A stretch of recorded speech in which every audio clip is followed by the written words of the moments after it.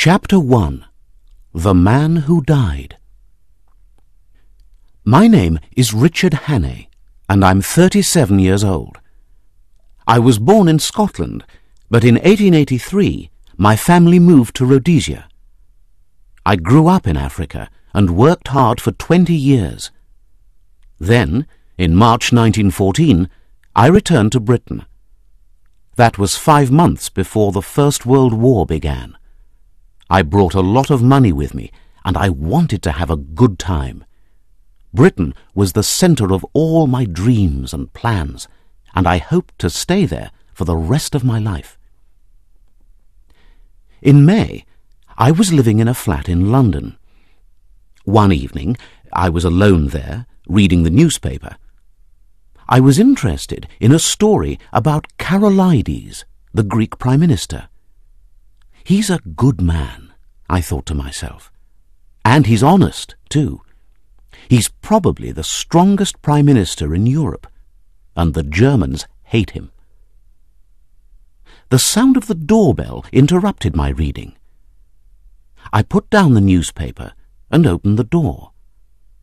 A man was standing outside.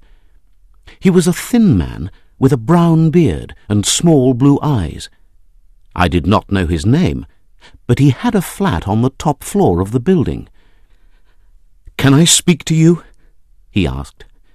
"May I come in for a minute?" I invited him in and shut the door. He seemed very nervous. "I'm very sorry," he said, "but I'm in trouble. Will you help me?" "Well, I'll listen to you," I said, "but I can't promise more than that." I mixed a strong drink for him, and he drank it quickly. When he put down the glass, he broke it. "Sorry," he said. "I'm rather nervous tonight, and there's a good reason for that. Now, you seem honest, sir. You look like a man who is not easily frightened. Well, I'm in great trouble, and I need a good friend." "Tell me about it," I said, "and then I'll give you my answer." "I'm an American," he said. "A few years ago, I came to Europe to work for an American newspaper. I learned several languages and discovered quite a lot about European politics. I also found out about the German plans for war, and I know a group of German spies. Well, these spies are looking for me now, and that's my problem. If you know anything about politics, sir, you'll know this. Europe is very near to war, and there's only one man who can stop it." "Who is he?" I asked. "Karolides, the Greek Prime Minister." "Oh, I've just read something about him," I said. "There's a story in the evening paper." "Yes. Well, the Germans want to kill him," he said. "They will kill me too, if they can. Karolides is going to come to London next month, and he is going to visit the Foreign Office on the 15th of June. They've chosen that date to kill him. I'm the only man who can save him." "And how can I help you, Mr. Scudder?" he said. "Franklin P. Scudder. I've just told you, sir, that these spies want to kill me. I thought that I was quite safe from my enemies in London, but yesterday evening I found a card in my letterbox, and there was a man's name on it. It was the name of one of the spies, my worst enemy." "You should tell the Foreign Office," I said. "They'll help you, and perhaps they can save Karolides too." "There's no time for that. My enemies know that I'm in this building. They're probably waiting outside. Do you think that I can hide in your flat, sir? Well, I want to check your story first, I said. I'll go outside and look around. If I see anything unusual, I'll agree to help you. Is that all right? I left the flat and went out into the street. A man was standing outside the building. He lifted his hand when he saw me. I looked around quickly and saw a face at a window across the street. The man's sign was answered, and the face moved away from the window. I bought another newspaper at the corner of the street and then went back to the flat. "All right, Mr. Scudder," I said. "You can stay here tonight. I've checked your story. There's a man outside who is acting rather strangely. I think that your enemies are staying in the house across the street." Scudder stayed quietly in my flat for several days. When I went out, he was very nervous. There was always someone standing outside the building. I saw the face at the window opposite mine a few times, but nobody came to the flat. Scudder read and smoked. He filled a little black book with notes and counted the days to the 15th of June. One day he said, "Time is passing quickly, Hannay. While they're watching the house, I won't be able to get away. If they catch me, will you continue the fight?" I liked Scudder's adventures, and his story was exciting, but I had no interest in politics. He continued to talk, and I listened to some of it. He told me about a woman by the name of Julia Chechenyi, who was one of the spies. "She's a terrible enemy, Hannay," he said, "but the old man is worse." This old man was Scudder's chief enemy, and he described him very clearly. "It's strange," he said, "but he has the voice of a young man. And his eyes, Hannay. When you see his eyes, you never forget them. They're small and often half shut, like the eyes of a bird." He talked for a long time that day. I cannot remember everything that he said, but I knew that he was more nervous than usual. In the evening, I went out to dinner with a friend. It was 10:30 when I returned. I opened the door of the flat and went in. The lights were not lit, and this seemed rather strange. I put them on and looked around. There was nobody there, so I thought that Scudder was already in bed. I walked into the next room and saw something in the corner. For a moment, I could not see what it was. Then I suddenly felt very cold and weak. I wanted to open my mouth and cry out, but I could not move or say anything. Scudder was lying on his back with a knife through his heart. Chapter 2. The Milkman. I sat down and felt very sick. I sat there for perhaps 5 minutes, and then fear brought me to my feet again. Scudder's white face was too much for me. I covered the body with a tablecloth. I found a drink and sat down again to think. Scudder was dead, and his body proved his story. His enemies killed him because he knew their plans.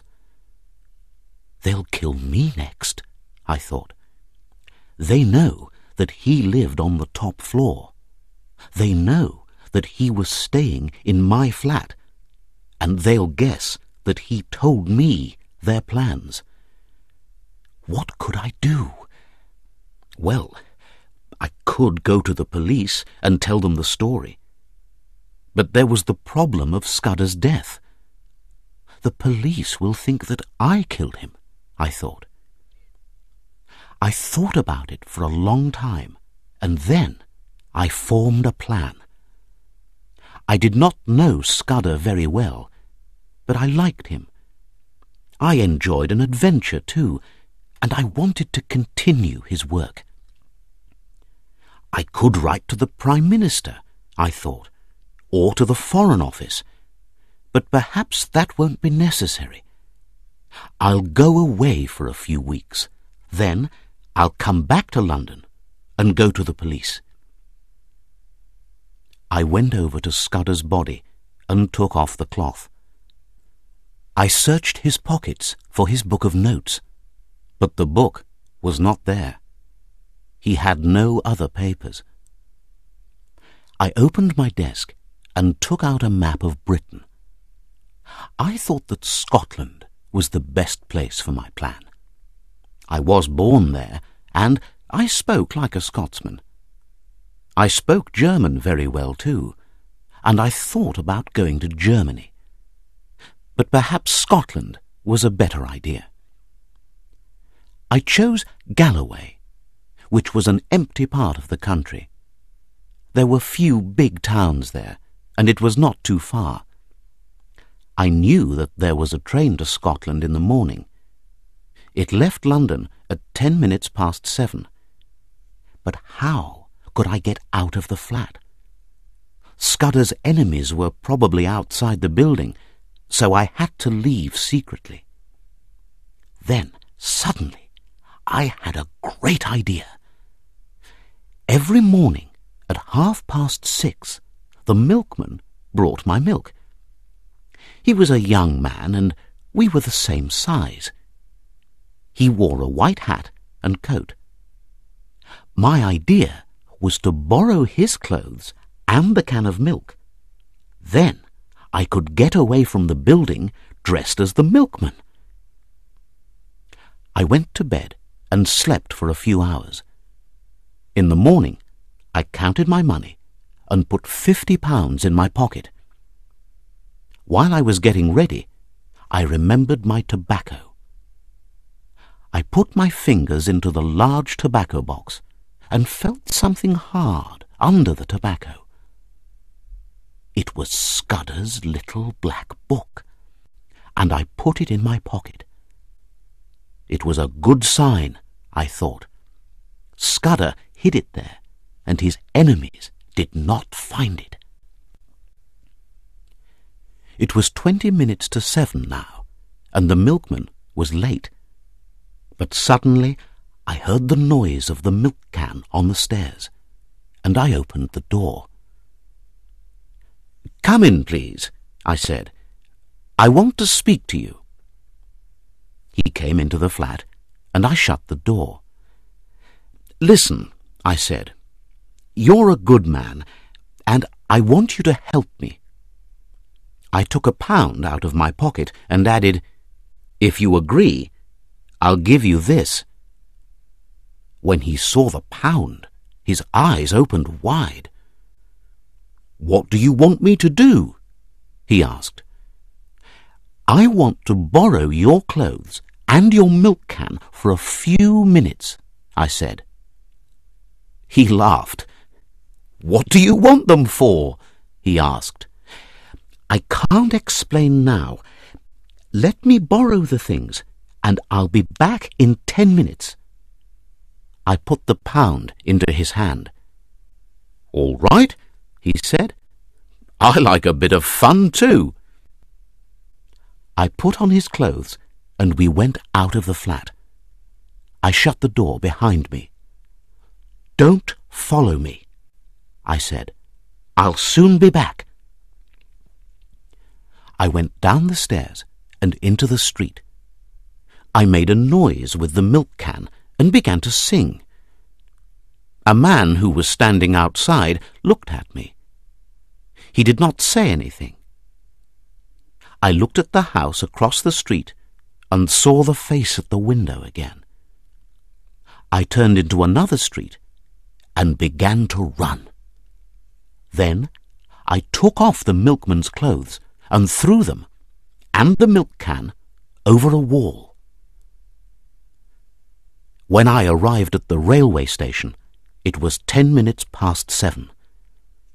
The train was moving slowly out of the station, and I had no time to buy a ticket. I ran towards it and caught the handle of a door. I opened it with difficulty and climbed into the train. The ticket collector soon came along. He was angry with me, and I had to give him some excuse. But he accepted it and wrote a ticket to Newton Stewart in Galloway. Chapter 3. The Innkeeper. All that day I travelled. The train stopped at Leeds Station, where I bought some food and the morning newspapers. Another ticket collector told me that I had to change trains at Dumfries. I read the papers, but of course there was nothing in them about Scudder's death. It was too early for that. Then I took out Scudder's little book. It was full of numbers, but there were also a few strange names. The words Hofgaard, Lunaville, Avocado, and Pavia were written there. Pavia was there several times. It was clearly some kind of code, and I am very interested in codes. I thought about this one. I could see that there were numbers in place of letters. But what did the names mean? I knew that some of them were towns. But what code was used for people's names? There is usually a key word in codes like this, and I tried to guess it. Hofgaard was clearly not the key word, because it did not fit the rest of the code. I tried the other words too, but none of them fitted. I slept for an hour or two, and then the ticket collector's voice woke me up. "Be quick, sir. You have to change here." I looked out of the window. We were at Dumfries Station. I got out and walked across to the Galloway train. The train was quite full, and I had an interesting conversation with a farmer. He thought that I was a farmer too. We talked about animals and the price of milk and flour. People got out at different stations, but I continued. At 5 o'clock, the train stopped at a small place, and I liked the look of it. I cannot remember its name, but it was quiet, and it was a long way from London. I left the train, and the railwayman's child took my ticket. It was a fine evening, and I felt quite happy. I followed the road for about a kilometre, and then took a path by a river. It was not long before I reached a small house. There was a woman at the door of the house, and I spoke to her. "May I stay here tonight?" I asked. "You're welcome," she replied. "Please come in."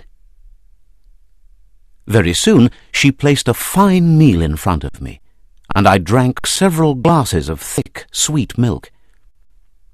When it grew dark, her husband came home. He was a big man with thick black hair.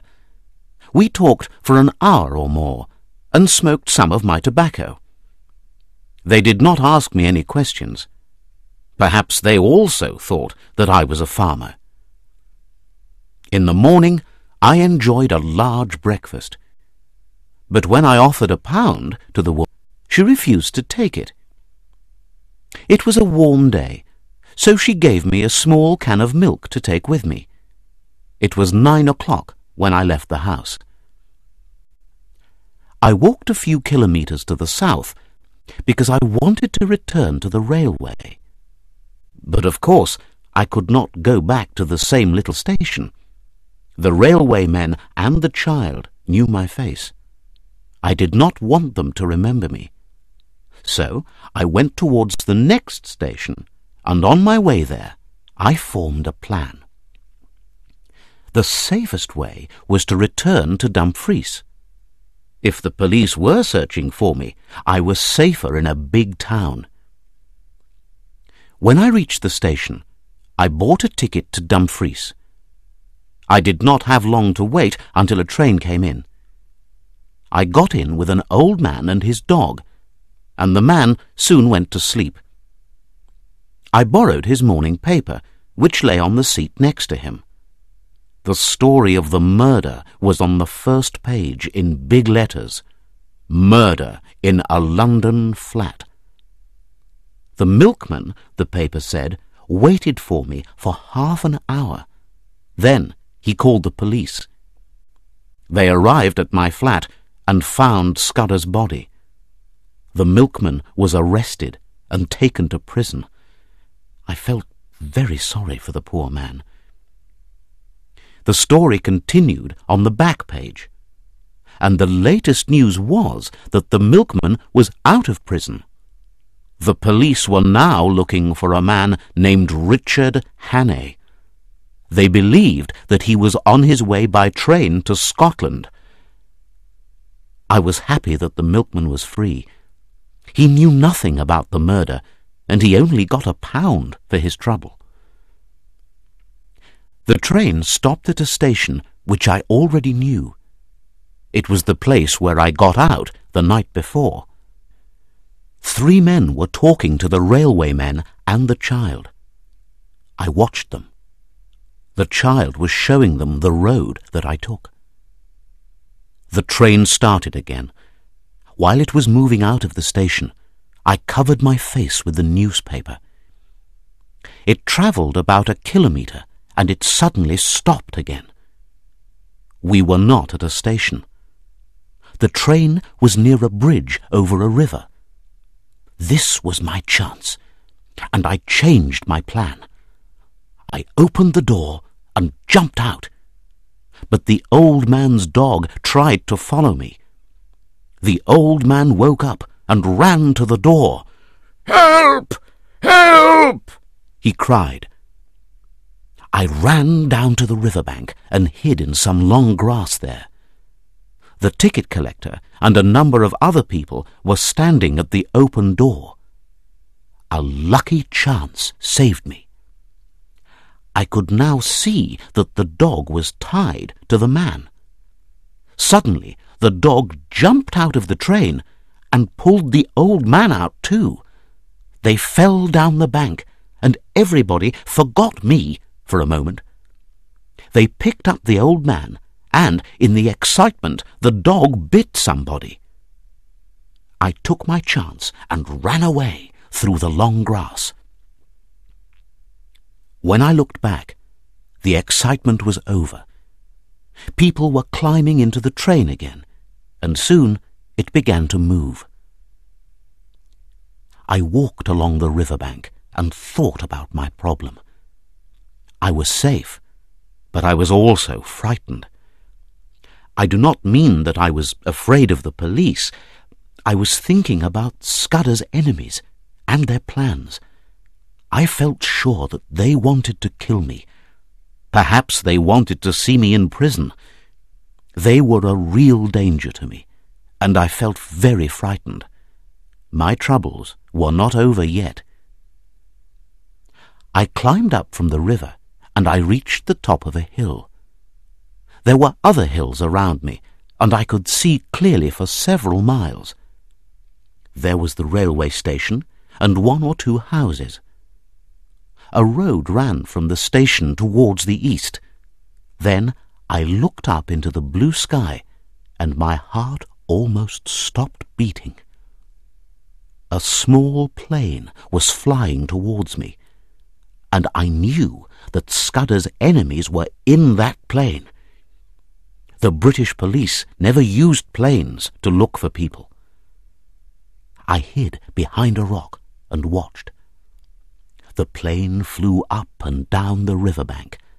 It was so low that I could see a man inside, but I was sure that he did not see me. Then it climbed and turned. It flew over the river again and went back to the south. I decided to leave those hills. There was no place for me to hide, and I had no chance against a plane. At 6 o'clock, I reached the road. I followed it for a few kilometers. It was beginning to get dark when I came to a house standing alone next to a bridge. A young man was on the bridge reading. "Good evening," he said. "It's a fine evening, isn't it?" "Yes, it is," I replied. "Is this house an inn?" "Yes, sir, and I'm the innkeeper. Would you like to stay here tonight?" "You're a very young innkeeper, aren't you?" "Well, my father died last year and left me this inn. I'm living here with my mother, but I don't like the work at all. I prefer to write stories, but what can I write about? I don't meet many interesting people." I suddenly had the idea that this young man could help me.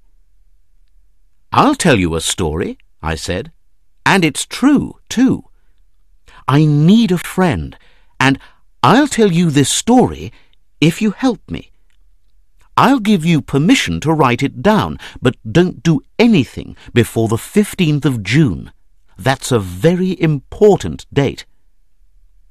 Then I sat on the bridge and told him a story. He listened, and his eyes shone with excitement. "I'm a farmer from Rhodesia," I said, "and I came to Britain a few weeks ago. I travelled by ship from German West Africa. The Germans there thought that I was a spy. They followed me all the way to Britain. They've already killed my best friend, and now they're trying to kill me. Have you read the newspaper today?" "Yes." "Well then, you know about the murder of Franklin Scudder." The young man's eyes opened wide. "He was my best friend, and he was killed in my own flat." I told him that Scudder was working for the Foreign Office before his death, and I explained that he told me some of the German secrets. It was quite a long story, and I made it very exciting.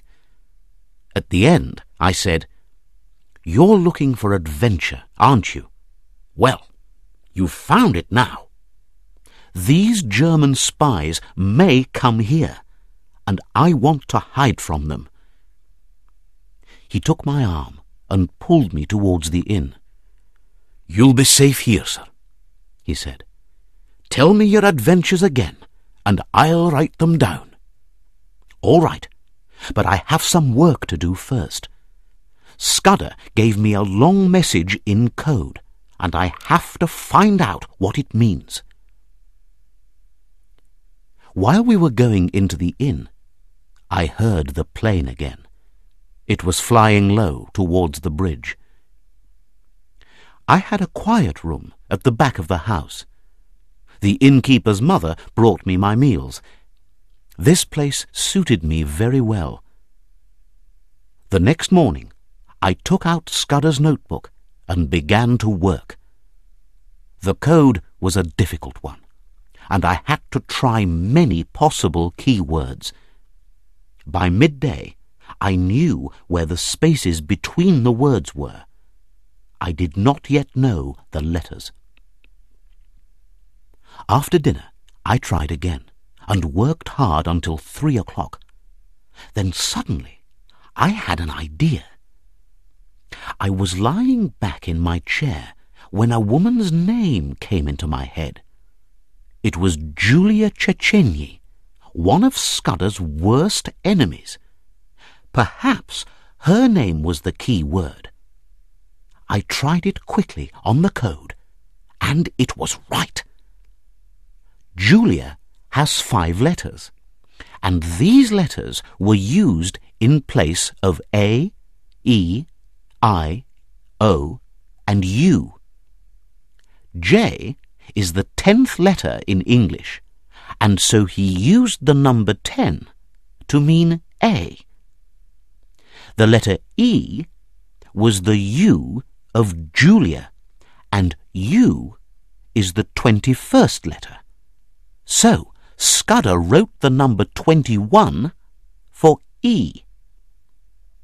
The name Chechenyi gave me 9 other numbers, and I could soon read Scudder's notes. I sat in my room working quietly all afternoon. The facts in Scudder's little book were terrible. By the time the woman brought my tea, I was a very nervous man.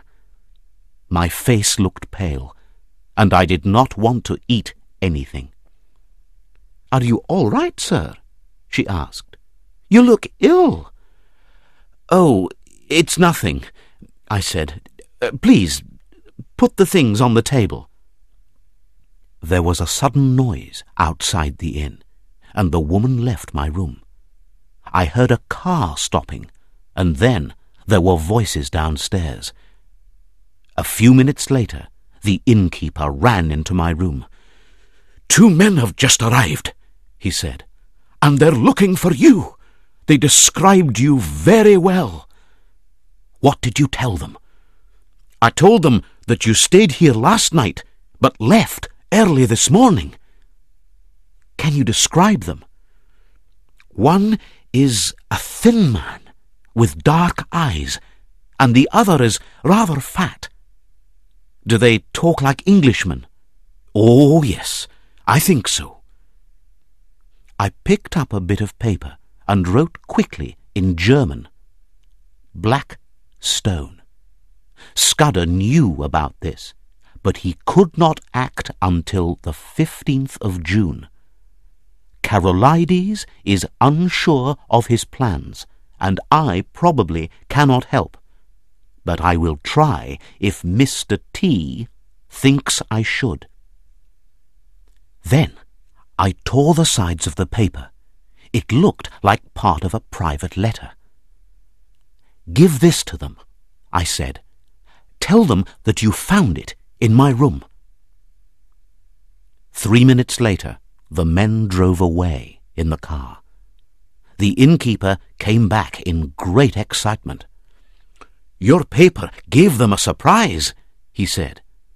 "The dark one turned pale, and the fat one looked very ugly. They paid for their drinks and left." "Now, I want you to do something for me," I said. "Get on your bicycle and go to the police at Newton Stewart. Describe the 2 men and talk about the London murder. You can make something up.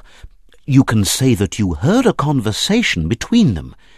One man told the other that he was just out of prison, and say that you also heard Scudder's name. It isn't finished yet. Those 2 men will come back tomorrow morning, and the police have to be here to arrest them." He ran for his bicycle, and I continued my work on Scudder's notes. It was 6 o'clock when he returned. "It's all right," he said. "The police will be here at 8 o'clock in the morning." We had a meal together, and I had to tell him my adventures again. He made notes about them during the meal. I could not sleep that night. I finished Scudder's book and then sat up in my chair until morning. I was thinking about Scudder's terrible story. At 8 o'clock, 3 policemen arrived at the inn. The innkeeper met them and showed them the garage. They left their car there and then came into the inn. 20 minutes later, Another car stopped a little way from the inn. I was watching from a window above the front door. The car was driven under some trees and left there. 2 men got out of it and walked towards the inn. My plan was not a very good one. I wanted the police to arrest the men. Then I was safe. But now I had a better idea. I wrote a note to the innkeeper and left it in my room. Then I opened my window and dropped quietly into the garden. I ran across the grass and along the side of a field. A few minutes later, I reached the trees. The car was standing there, and I got in. I started it and drove away. The wind carried the sound of angry voices to my ears.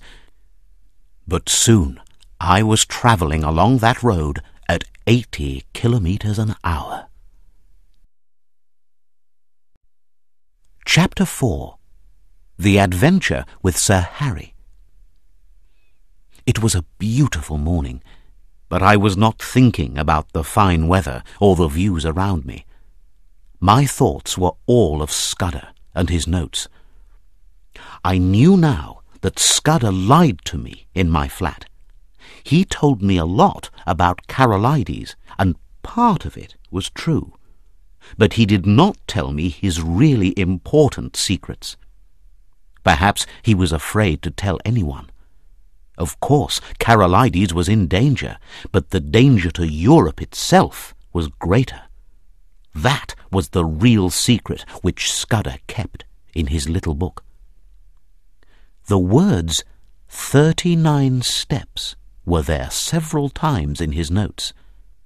In one place he wrote, 39 steps. I counted them. High tide, 10:17 p.m. What did it mean? The 39 steps were somewhere on the coast. The word tide proved that. But why were these steps important? Scudder's note said that there was definitely going to be a war. Nobody could stop it. The Germans had their plans ready years before, in February 1912. They planned to kill Carolides and to use his death as the excuse for war. The Germans will talk about calm in Europe, he wrote, but they're ready for war. They're going to attack us suddenly. Scudder also wrote about the visit of a French officer to London. He was the head of the French army and was coming on the 15th of June. This officer will learn about the British plans and will then return to France. Scudder added that the Black Stone, the group of German spies, were also going to be in London on that same day. They hoped to learn about the plans too, and to send them to Germany.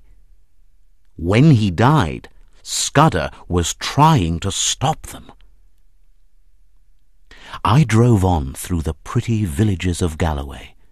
It was a beautiful part of Scotland, but I could not enjoy the calm that was all around me. I had to get away from my enemies and stop them killing me. I had to find a way to continue Scudder's work, but it was going to be very difficult. The police and the Black Stone were after me, and I had no friends in Scotland. At midday, I came to a large village. I was very hungry, and I decided to stop there. Then I saw a policeman. He was standing outside the post office, reading a telegram. When he saw my car, he lifted his hand. At the same time, he ran into the middle of the road. "Stop! Stop!" he shouted. I suddenly knew that the telegram was about me. After their conversation at the inn, perhaps the police accepted the spy's story. The spies probably described me and the car, and the police then sent telegrams to officers in all the villages. I did not stop. The policeman put out his hand and ran along at the side of the car. He caught my arm through the window, which was open. I hit him very hard, and he fell back into the road. I drove into the country again. I drove up and down several hills. I was tired and hungry. I began to look for a quiet inn where I could rest. But suddenly there was a noise above me, and I looked up. The plane was a few kilometers away, flying towards me. I drove fast down a hill between the trees. A car drove out from a side road, and I could not stop. I pulled the wheel hard to the right and shut my eyes. My car ran through the trees and started to fall. I saw a river 15 meters below me. I jumped out of the car and fell into the grass. There was a terrible noise as the car turned over several times. Then it lay like a pile of old metal on the riverbank. Someone took my hand and pulled me out of the grass. A kind voice said, "Are you hurt?" A tall young man was standing there. "I'm very sorry about this," he said. "I saw your car, but neither of us could stop in time. I hope that you're all right, but you look quite pale." I was rather pleased about the accident. The police were looking for that car, so I could not travel far in it now. "I was the one who was driving badly, sir," I said. "I was going too fast on these narrow roads. Well, I can't drive that car again. This is the end of my Scottish holiday, but at least I'm not dead." "I'm very sorry," he said again. He looked at his watch and continued, "There's time to go to my house. You can change your clothes and have something to eat there. Where's your case? Is it down there in the car?" "No, all my things are at an inn 60 kilometers away." What could I tell him about myself? I did not want to say that I was Rhodesian. My name was in all the newspapers. The police knew that I was from Rhodesia, so I decided to be an Australian. I knew a lot about Australia. Then he could not discover who I was. "I'm Australian," I continued, "and I never carry a lot of clothes with me." "An Australian?" he cried. "Well, I'm the luckiest man in Scotland. You are against protection, of course." "I am," I answered quickly, but I had no idea what he meant. "That's fine. The free movement of goods is the best thing for Britain. Well now, you'll be able to help me this evening." He took my arm and pulled me towards his car. A few minutes later, we reached the house. He took out 3 or 4 of his suits and put them on the bed. I chose a dark blue suit and put it on. I also borrowed one of his shirts. Then he took me to the kitchen. There was some food on the table. "If we don't hurry, we'll be late," he said. "Eat something now and take some food in your pocket. When we get back tonight, we'll have a good meal. We have to be in Brattleburn by 7 o'clock. I had a cup of coffee and some cold meat. The young man stood by the fire and talked. "You've come just at the right time, Mr. Oh, excuse me, you haven't told me your name." "Twisden," I said. "Ah, Twisden. Well, I'm in trouble, Mr. Twisden, and I'd like you to help me. There's a meeting tonight at Brattleburn, and I have to make a political speech. I'm standing for Parliament for this part of Galloway, and Brattleburn is my chief town. Well, I had everything ready for the meeting, and Crumpleton, you know, the last Prime Minister, was going to make the main speech. But I had a telegram from him this afternoon. He's very ill, and he can't come. That means that I have to make the speech myself. Well, if you want people to vote for you, I said, you should be able to make a speech. Oh, I can make a short speech all right, but 10 minutes is quite long enough for me. Now, be a good man, Twisden, and help me. You can tell the meeting all about the free movement of goods and Australia. I did not know anything about this, but I needed help too. Perhaps this was a chance. All right, I said. I'm not a very good speaker, but I'll talk to your friends about Australia. We left the house then and drove towards Brattleburn. On the way, the young man told me a few things about himself, and one of these facts was very interesting. His father and mother were dead, so he usually lived with his uncle, who was the chief secretary at the Foreign Office. This was exciting news because the chief secretary was an important man. I wanted to meet him. I hoped that this young man could do something for me. We drove through a little town where 2 police officers stopped the car. They shone the lights on our faces, and I felt very nervous. I was afraid that they were going to arrest me. "I'm sorry, Sir Harry," one of the officers said. "We're looking for a stolen car." "Oh, that's all right," Sir Harry laughed. "My car is too old for anyone to steal," he said, and we drove on. It was 5 minutes to 7 when we reached Brattleburn. Sir Harry stopped the car outside the town hall, and we went in. There were about 500 people in the hall. A man stood up and made a short speech. He explained that Mr. Crumpleton was ill and could not come. "But we're very lucky in Brattleburn this evening," he continued. "A famous speaker from Australia is here. First, though, we shall listen to the man who is going to receive every vote in Brattleburn." Sir Harry then began his speech. He had about 50 pages of notes in his hand, and he started to read them. It was a terrible speech, and I felt very sorry for him. Sometimes he looked up from the papers, and then he lost his place. Once or twice he completely forgot where he was. He remembered a few sentences from a book, and he repeated them proudly like a schoolboy. His ideas were quite wrong, too. He said that the government was making terrible mistakes. There was no danger from Germany.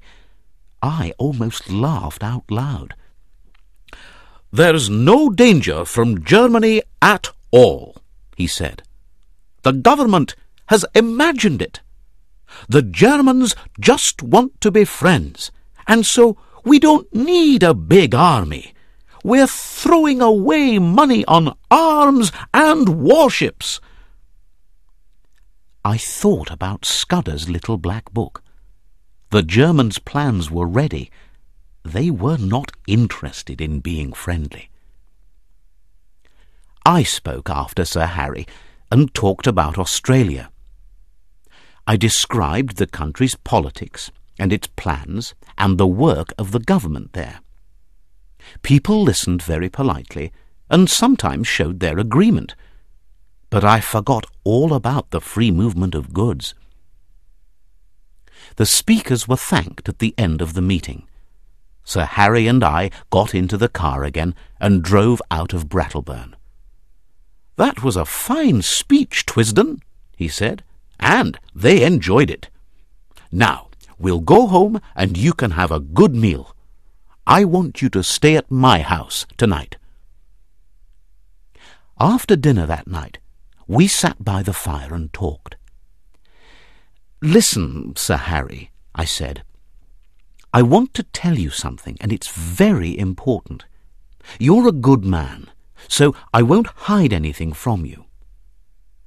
"You're quite wrong." He looked very surprised. "You mean in my speech?" he asked. "Do you mean about the danger from Germany? Do you think they'll attack us?" "They will probably attack us next month," I said.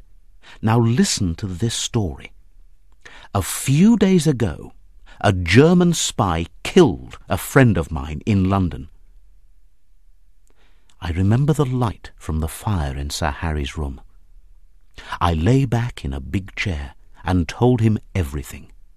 I repeated all Scudder's notes, and I even remembered about the 39 steps and the tide. I described my adventures with the milkman and the police at the inn. Then I said, "The police are trying to arrest me for the murder, but I can prove that I didn't kill Scudder. The fact is that I'm afraid of these German spies. They're much cleverer than the police. If the police arrest me, there will be an accident, and I'll get a knife in my heart, like Scudder." Sir Harry was looking at me thoughtfully. "Are you a nervous man, Mr. Hannay?" he asked. I did not answer him in words. I took down a heavy knife from the wall. I threw the knife up in the air and caught it in my mouth. "I learned to do that many years ago in Rhodesia," I said, "but a nervous man couldn't do it." He smiled. "All right, Hannay. You needn't prove it. I don't know much about politics, but I know an honest man. I believe what you've said. Tell me what I can do to help you." "Well, your uncle is the chief secretary at the Foreign Office, and he'll be able to do something. I want you to write a letter to him. Ask him if I can meet him before the 15th of June. What name shall I say? Twisden. It's safer to forget the name Hannay." Sir Harry sat down at a table and wrote this letter. "Dear Uncle, I have given your address to a man named Twisden who wants to meet you. He hopes to see you before the 15th of June. Be kind to him, please, and believe his story. When he comes, he'll say the words, 'Black Stone,' and he'll sing a few lines of Annie Laurie." "Well, that looks all right," Sir Harry said. "My uncle's name is Sir Walter Bullivant, and his house is near Artenswell on the River Kennet. Now, what's the next thing?" "Can you give me an old suit of clothes," I said, "and show me a map of Galloway? If the police come here to look for me, you can show them the car, but don't tell them anything." "And if the spies come, what shall I say to them?" "Say that I've gone to London." Sir Harry brought the clothes and a map of Galloway. I looked at the map and found the railway to the south.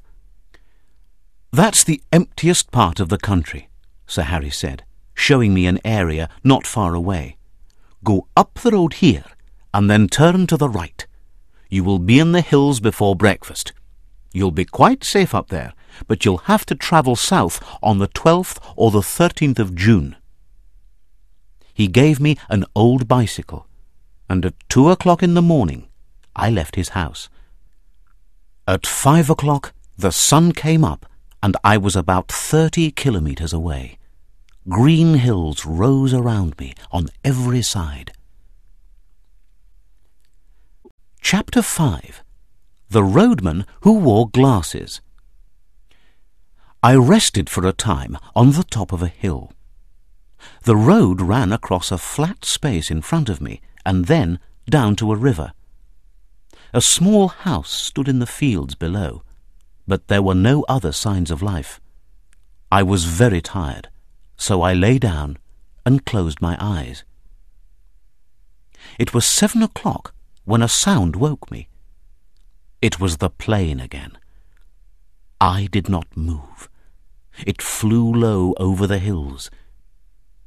It turned towards me, and I could see the two men in it. Both men were looking at me. I felt sure that they knew me. Then the machine climbed quickly and flew away to the east. I had to get away from that place before they returned. They probably saw my bicycle, so I had to throw it away. I left the road and pushed the bicycle into some trees. Then I saw a small pool and threw the bicycle into it. The day was warm and clear, and I could see the road to the east and the west. There was nothing on it, but I was sure that my enemies were on their way down that road. So I turned across the hills to the north. After a time, I looked back. My eyes are very good, and I saw a line of men walking side by side. There was a space of about 9 meters between one man and the next. They were all coming towards the high ground. I ran, but did not get very far. There were more men in front. I can't get away from here, I thought. If I move, they'll see me. So I have to stay on the high ground and hide somewhere. I ran along the top of the hill and reached the road again. I turned a corner of the road, and there I found the roadman. He was preparing for work, but he was moving very slowly. He looked up as I came near.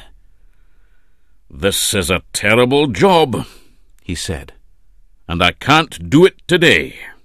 I'm too ill to work, and that's a fact." He was a strange-looking man, and he wore a pair of large glasses. His eyes looked very red.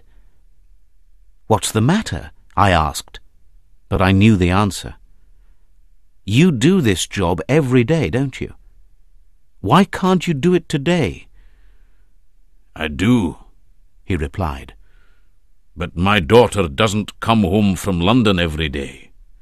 She came home yesterday, and we had a party last night." He took off his glasses and then continued. "I got very drunk last night, and my head feels terrible." "I'm sorry," I said.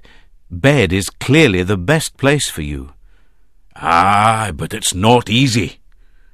My new boss is coming today to see me and my work.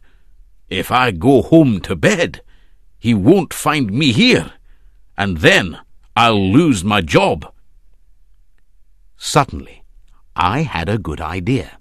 "Listen," I said, "perhaps I can help you. Does the new boss know you very well?" "No, I don't know him, but I know about him. He travels around in a little car." "Where's your house?" I asked. He showed me a small house in the fields below. "Good. You go back to bed then and get some sleep. I'll do your job. If the boss doesn't know you, he won't know me either." He looked at me and then laughed. "Well, you're a very nice man. It'll be quite easy, too, and you needn't do much work." He showed me a pile of stones. "I broke up those stones yesterday," he said, "and you needn't do any more of that. Go down the road until you come to a pile of rocks. Bring them up here. I'll break them up tomorrow. My name is Alexander Turnbull, but my friends call me Specky. That's because I wear these glasses. When the boss comes, you'll have to talk politely and call him Sir.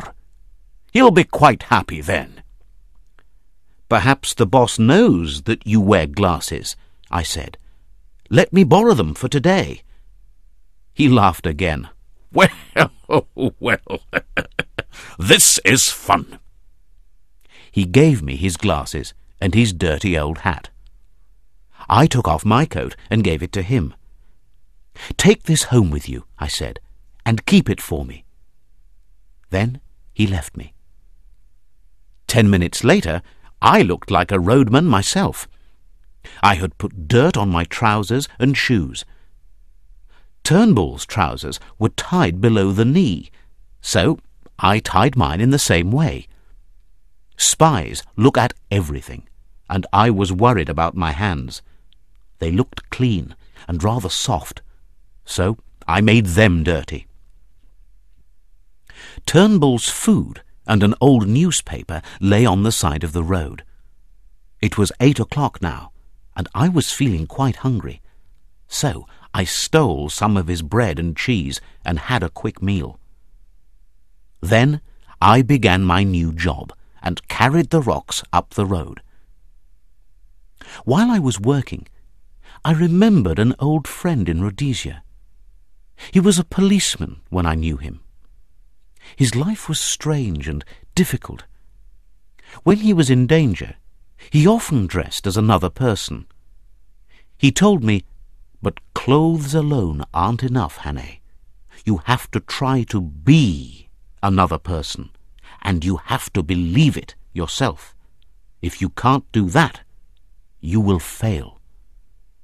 So, now I believed that I was the roadman. And I thought about my life and my job. I lived in the little house below. My daughter came home yesterday, and we had a party. I got drunk and was feeling sick. But the new boss wanted to see me today, and I had to wait for him. I worked for an hour or more and got quite dirty. It was a very dirty job. Suddenly, a voice spoke from the road, and I looked up. A young man was talking to me from a small car. "Are you Alexander Turnbull?" he asked. "I'm your new boss, and my office is in the town hall at Newton Stewart. The road looks all right here, Turnbull. There is a soft part about 1 kilometre away, and you should clean the sides of the road. I'll be around here again next week. Good morning." He drove away, and I felt very happy. My acting was quite good enough for him. At about 11 o'clock, a farmer drove some sheep down the road. When he saw me, he stopped. "Where's Specky?" he asked. He's ill," I replied. "I'm doing his job for a few days." At about midday, a big car came down the road. It went past me and stopped about 100 meters away. 3 men got out of the car and walked slowly back towards me. I knew 2 of them. They were the men who visited the Galloway Inn. One of them was thin and dark, and the other was rather fat. But I did not know the third man, who was older than the others. "Good morning," the third man said. "You have a nice, easy job here." I took my time. I put down a large rock and stood up slowly. They were watching me, and their eyes missed nothing. "There are worse jobs than this," I said. "But there are probably better ones too. I'd like to have yours and sit all day in that big car." The elder man was now looking at Turnbull's newspaper. "Do you get the papers every day?" he asked.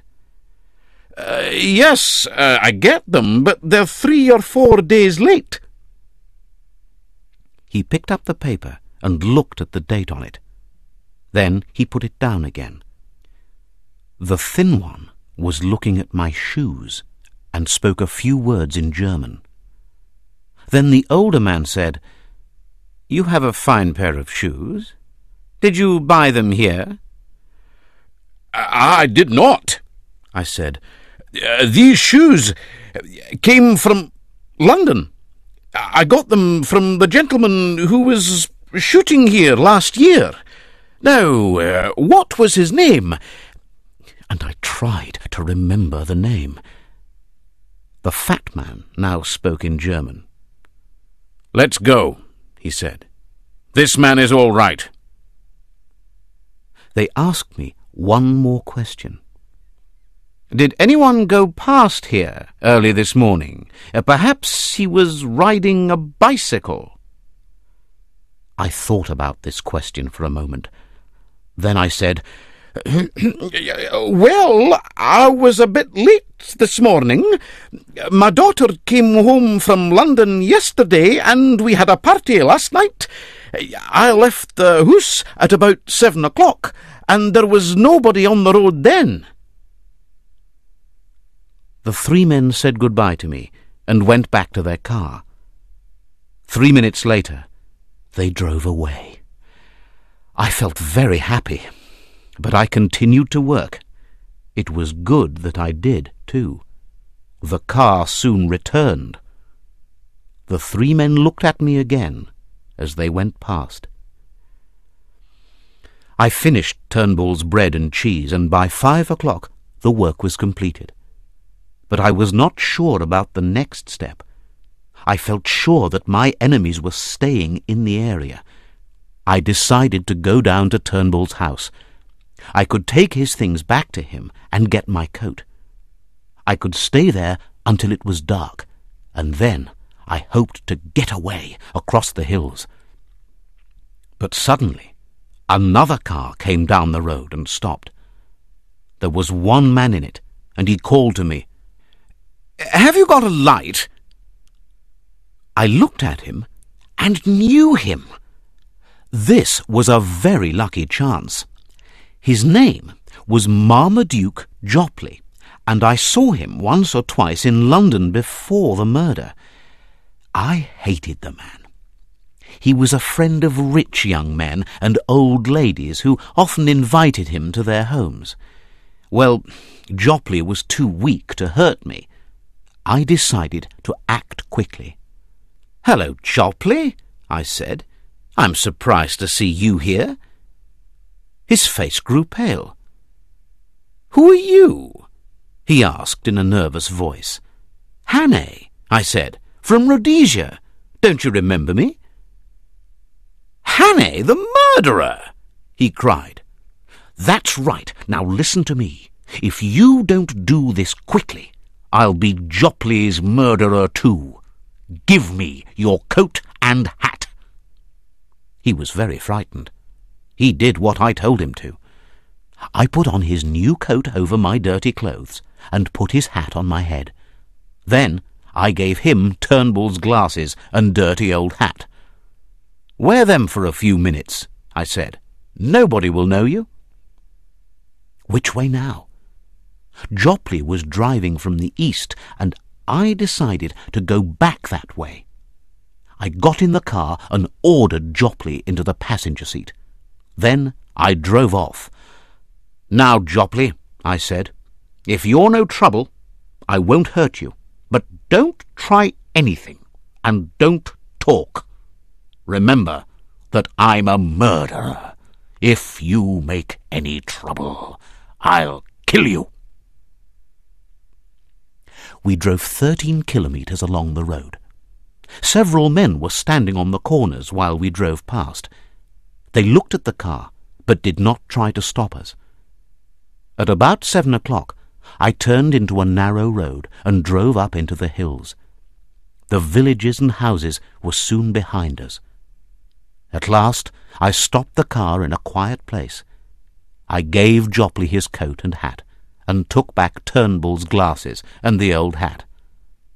"Thank you," I said. "Now you can go and find the police." I watched the red light of his car as he drove over the hill. Chapter 6. The Man with the Strange Eyes. It was a cold night, and I was very hungry. Turnbull had my coat, and my watch and Scudder's notebook were in one of its pockets. My money was in the pocket of my trousers. I lay down in some long grass, but could not sleep. I thought about all the people who were helping me, and I decided that I was a very lucky man. Food was my main problem. I closed my eyes and saw thick pieces of meat on a white plate. I remembered all my past meals in London. There I often refused fruit after dinner. Now an apple was just a dream. Towards morning I slept a little, but I woke again at about 6 o'clock. I sat up and looked down the hill. Then I lay back down again in great surprise. Men were searching the long grass below me, and they were not far away. I moved a few feet and hid behind a rock. Then I climbed up behind the rock to the top of the hill. When I reached the top, I looked back again. My enemies were a long way below. I ran over the hilltop to the other side. Nobody could see me there, so I ran for half a kilometre. Then I climbed to the top again and looked down. The men saw me and moved towards me. I ran back over the hilltop and returned to my first hiding place. My enemies were now going the wrong way, and I felt safer. My best plan was to go to the north, and I chose a good path. Soon there was a river between me and my enemies. But when they discovered their mistake, they turned back quickly. I saw them suddenly above the hilltop, and they began to shout at me. I saw then that they were not my real enemies. 2 of them were policemen. Jopley has reported me, I thought, and now they're looking for the murderer. 2 men ran down and began to climb my hill. The policeman ran across the hilltops to the north. I felt frightened now because these men knew the country. I had strong legs, but did not know the best paths. I left my hilltop and ran down towards a different river. There was a road along the side of it, and there was a gate at the side of the road. I jumped over the gate and ran across a field. The path led through a group of trees. I stopped in the trees and looked back. The police were half a kilometre behind me. I climbed over a low wall where the trees came to an end. I found myself in a farmyard. The farmhouse was about 30 metres away. There was a glass building at the side of the house, and an old man was sitting at a desk inside. He looked up at me when I walked towards the building. The room was full of books and cases which contained old pieces of stone and broken pots. I saw several glass cases of old money. Books and papers covered the old man's desk. He was a kind-looking old man, with a round face and not much hair. When I entered, he did not move or speak. I could not say a word either. I looked at him and saw his eyes. They were small and clear and very intelligent. The skin on his head was smooth and shone like a glass bottle. Then he said slowly, "You are in a hurry, my friend." His eyes followed mine across the farmyard and the field. Some people were climbing over the gate at the road. "Ah, they're policemen," he said, "and you're running away from them. Well, we can talk about it later. I don't want the police to come in here. If you go into the next room, you'll see 2 doors. Go through the doorway on the left and shut it behind you. You'll be quite safe in there Then he picked up a pen and went on with his work. I did what he said. I went into the next room and through the left-hand doorway. It was very dark inside. There was only one window, which was high up in the wall. I was safe from the police in that room, but I was not very happy. Everything seemed too easy, and I began to think to myself, why did that old man help me? He doesn't know me, and he didn't ask me any questions. While I was waiting, I thought about food again. I made plans for my breakfast, and it was very exciting. I wanted eggs. The old man could not refuse to give me some. I was ready for about 10 of them. I was thinking about this meal when the door opened.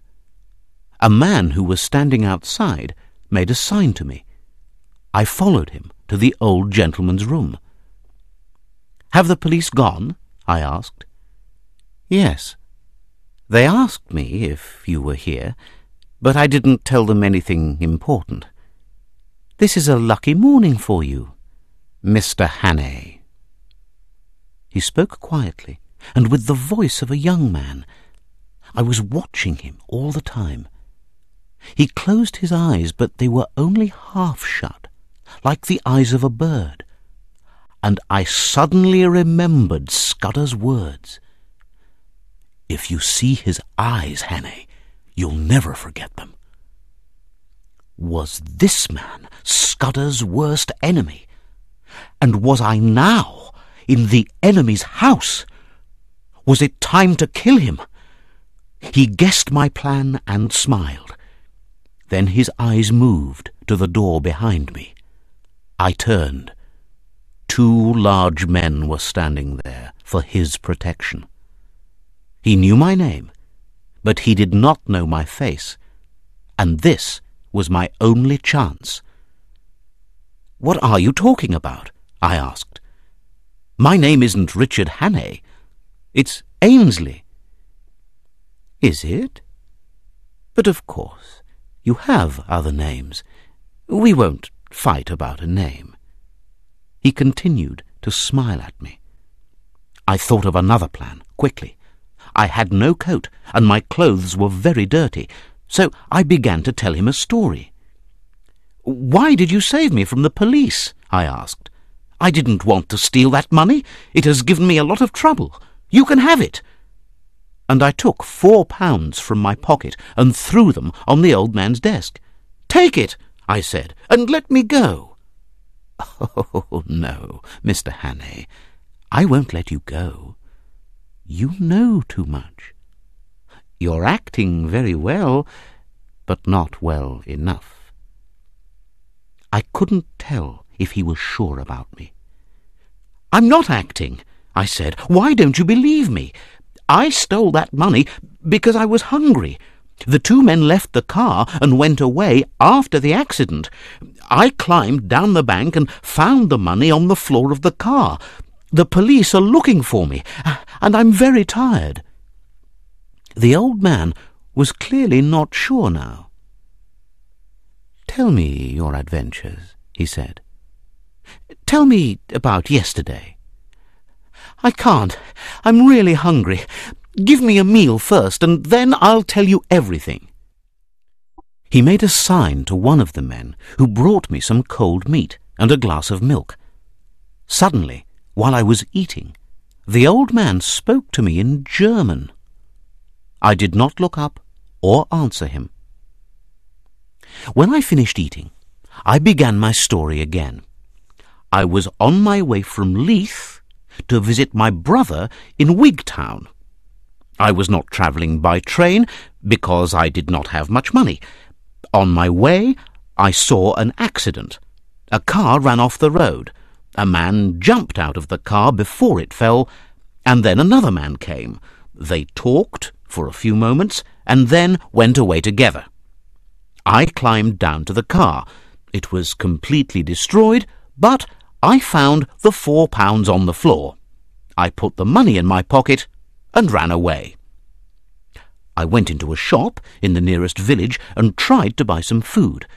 I offered £1 to the shopkeeper. She did not like the look of me and called the police.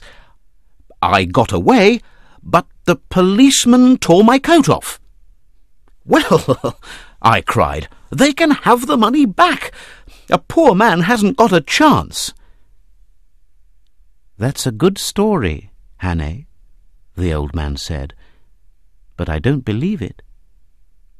Then he sat back in his chair and began to play with his right ear. "It's true," I shouted. "My name is Ainsley, not Hannay.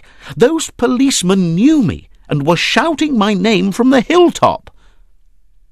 I looked at the clear eyes and the shining head in front of me. He was not at all sure.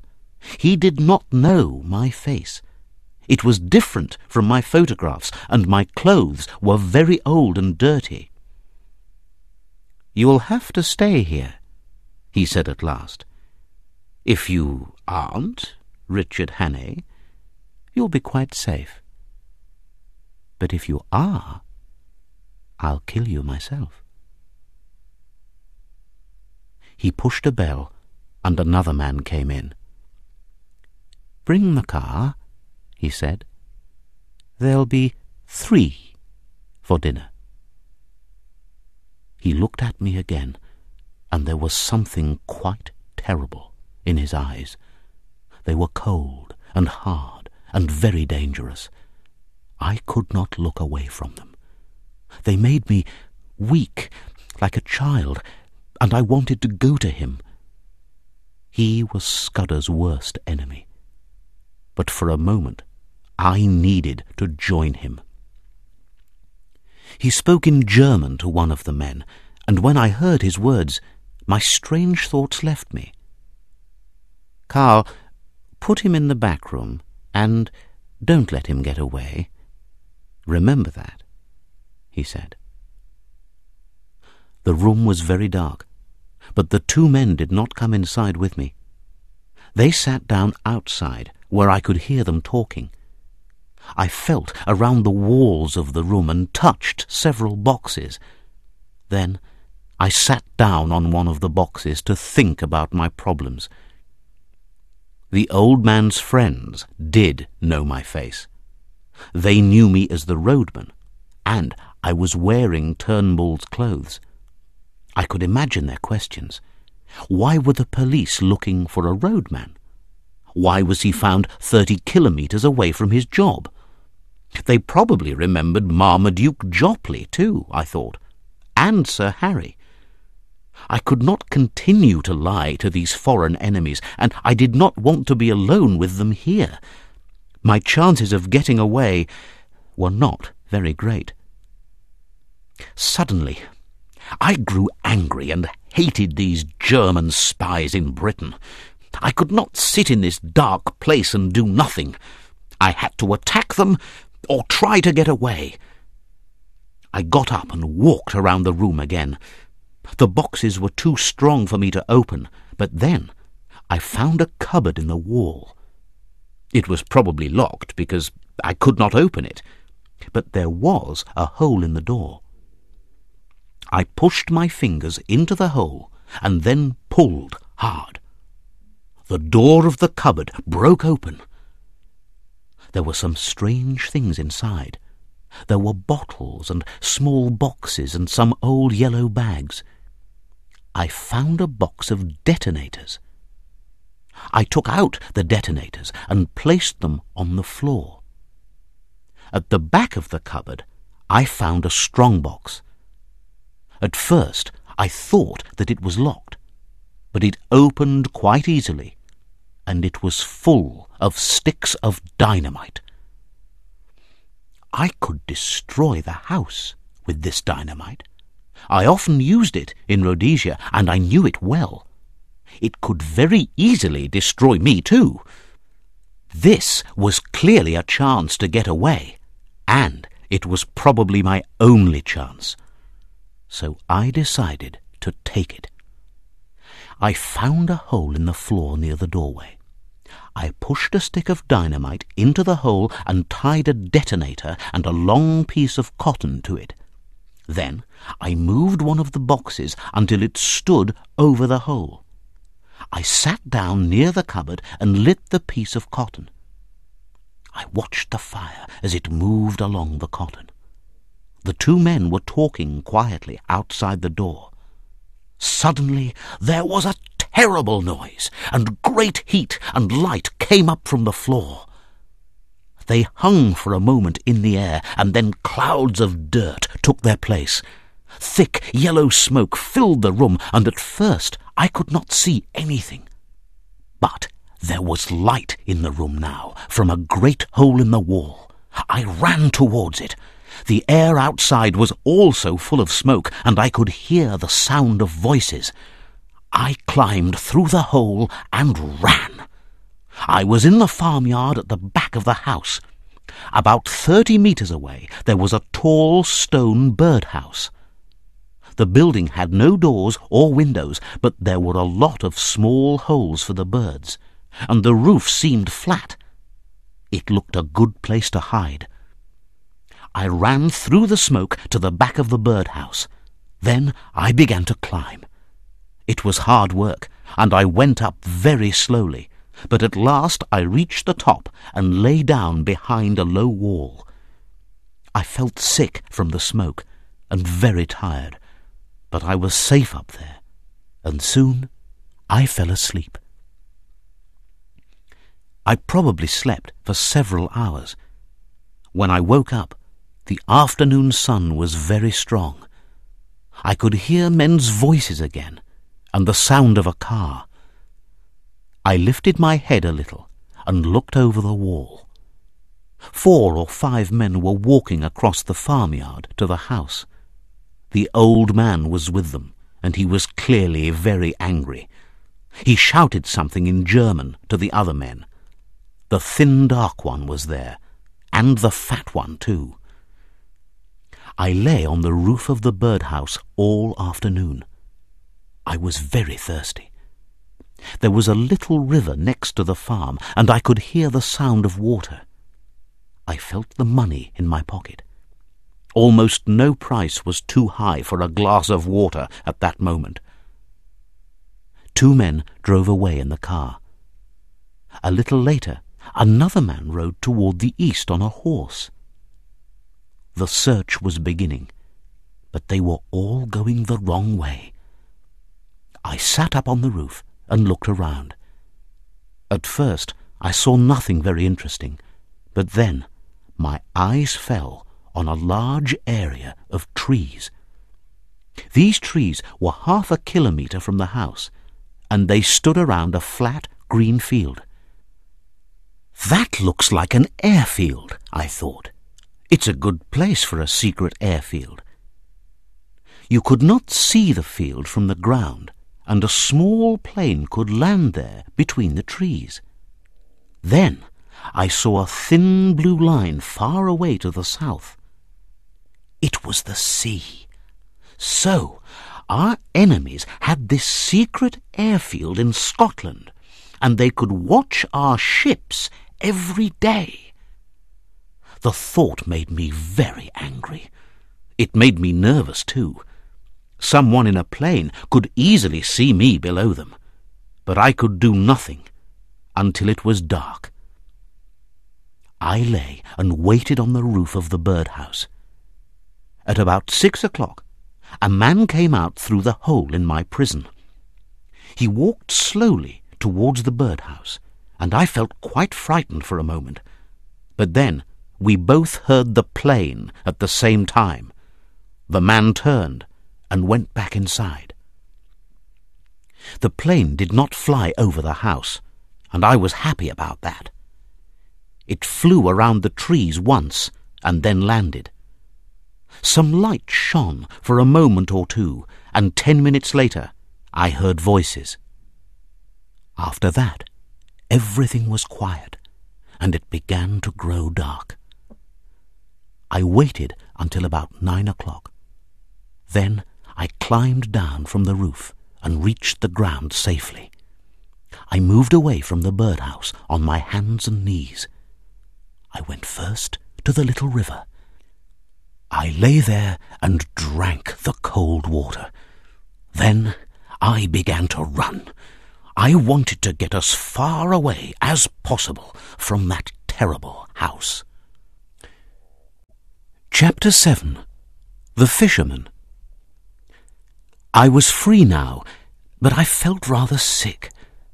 I could smell the smoke of the dynamite, and an hour later I had to rest. It was about 11 o'clock when I reached the road safely.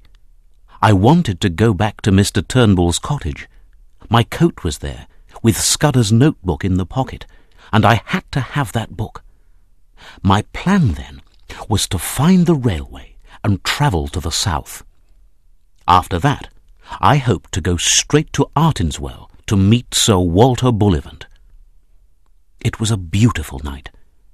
I knew that Turnbull's cottage was about 30 kilometres away.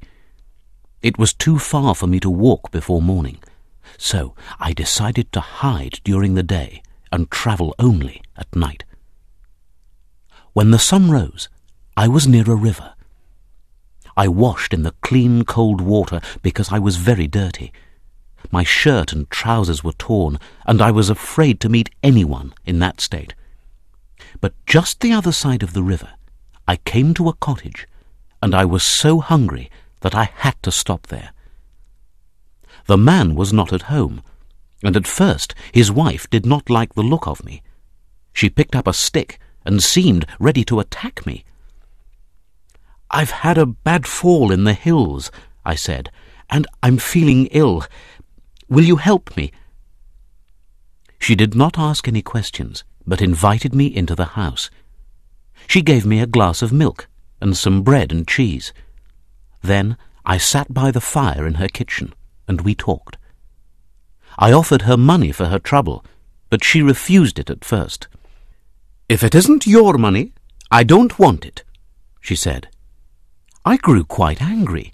"But it is my money. Do you think that I stole it?" She accepted it then and unlocked a cupboard in the wall. She gave me a warm piece of Scottish cloth to put over my shoulder and one of her husband's hats. When I left her cottage, I was like a real Scotsman. I walked for 2 or 3 hours. Then the weather changed and it began to rain. But I kept warm and dry under the cloth. A little later, I came to a large rock which hung over some low ground. The grass under the rock was quite dry, so I lay down and slept there all day. When I woke up, it was almost dark. The weather was the same, wet and cold, and I was not sure of the way. Twice I took the wrong path and probably walked more than 30 kilometres. But at 6 o'clock in the morning, I reached Mr. Turnbull's cottage. Mr. Turnbull opened the door himself, but he did not know me. "Who are you?" he asked. "Why are you coming here on a Sunday morning? I'm just getting ready to go to church." I knew nothing about the days of the week. Every day seemed the same to me. I felt too ill to answer him. But then he remembered me. "Have you got my glasses?" he asked. I took them out of my pocket and gave them to him. "Of course! You've come back for your coat," he said. "Come in, man. You look terrible. Wait, I'll get you a chair." When I was in Rhodesia, I was often ill, and one of these African illnesses returned time after time. I knew the signs very well. Soon Mr. Turnbull was taking off my clothes and leading me to a bed. I stayed with him for 10 days, and he looked after me very well.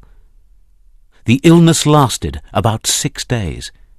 Then my body returned to its usual temperature, and I got up.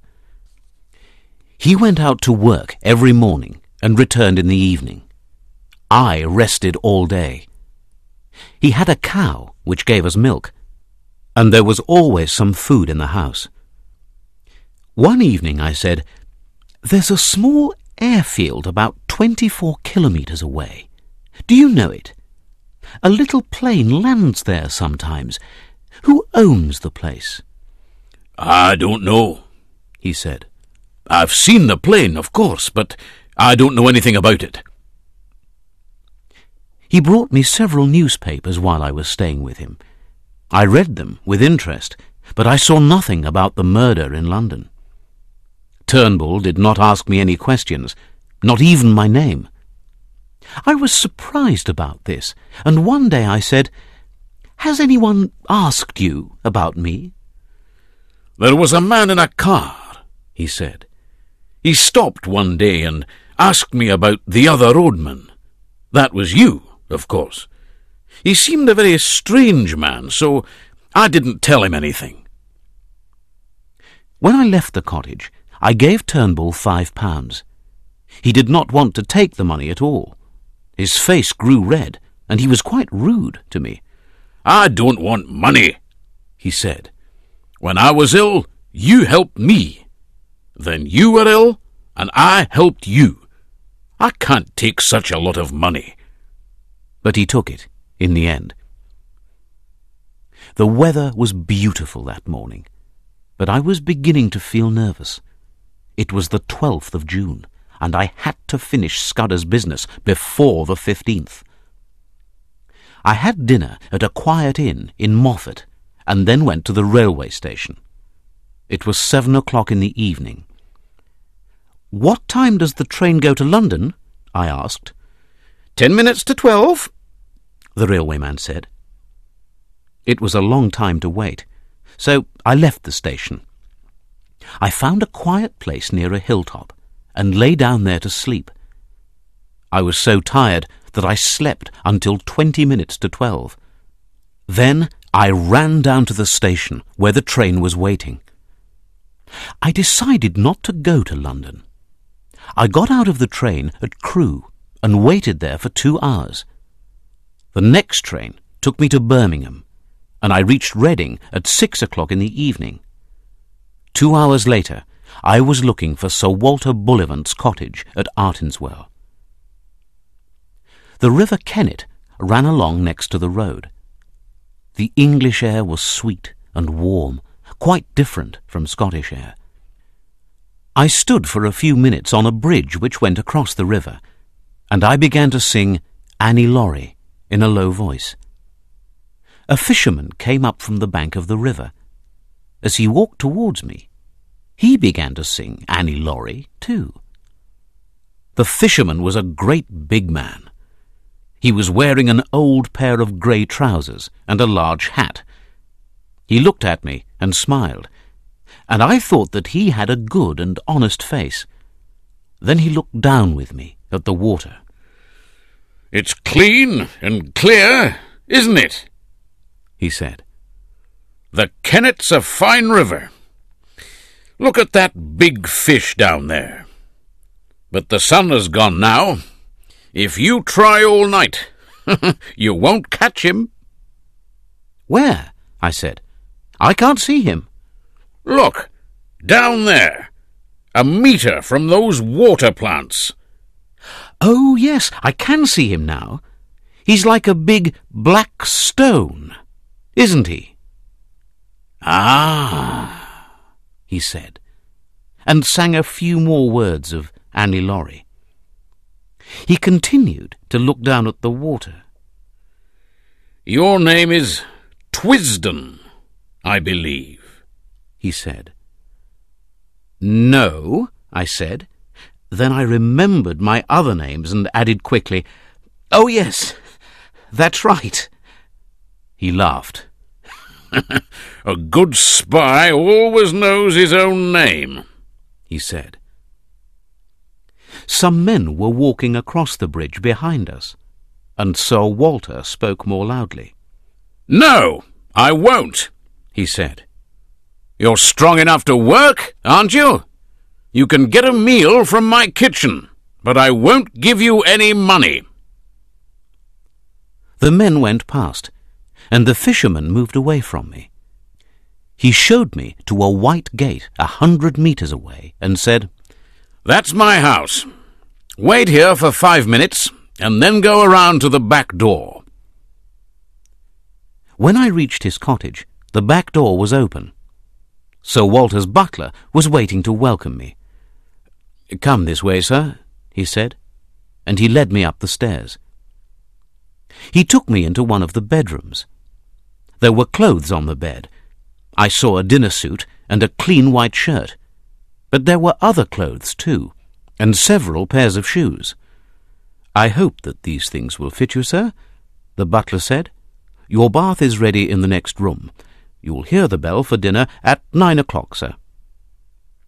When he left, I sat down. I thought that I was dreaming. At this time, the day before, I was asleep on a Scottish hilltop. Now I was in this beautiful house, and Sir Walter did not even know my name. I had a bath, and then put on the white shirt and the dinner suit. Everything fitted me very well. The bell went for dinner, and I hurried down to meet Sir Walter. "You're very kind, sir," I said, "but it is time to tell you about my situation. I haven't done anything wrong, but the police are looking for me at this moment." He smiled. "That's all right. We can talk about these things after dinner. I'm pleased that you got here safely." I enjoyed that meal, and the wine was good too. Sir Walter was an interesting man who had travelled in many foreign countries. I talked about Rhodesia and the fish in the Zambezi River, and he told me some of his adventures. After dinner, we went into his library, and the butler brought us coffee. It was a very nice room, with books and fine pictures around the walls. I decided to buy a house like that after I finished Scudder's work. Sir Walter lay back in his chair. "I've followed Harry's orders," he said, "and now I'm ready to listen, Mr. Hannay. You've got some news, I believe." I was surprised to hear my real name, but I began my story, and I told him everything. I described my meeting with Scudder and his fears about Carolides. I told him about the murder and my adventure with the milkman. "Where did you go then?" he asked. "I went to Galloway. I soon discovered the secret of Scudder's code, and then I could read his notes." "Have you got them with you?" "Yes." Then I described my meeting with Sir Harry, and how I helped him at Brattleburn. Sir Walter laughed. "Harry can't make a speech," he said.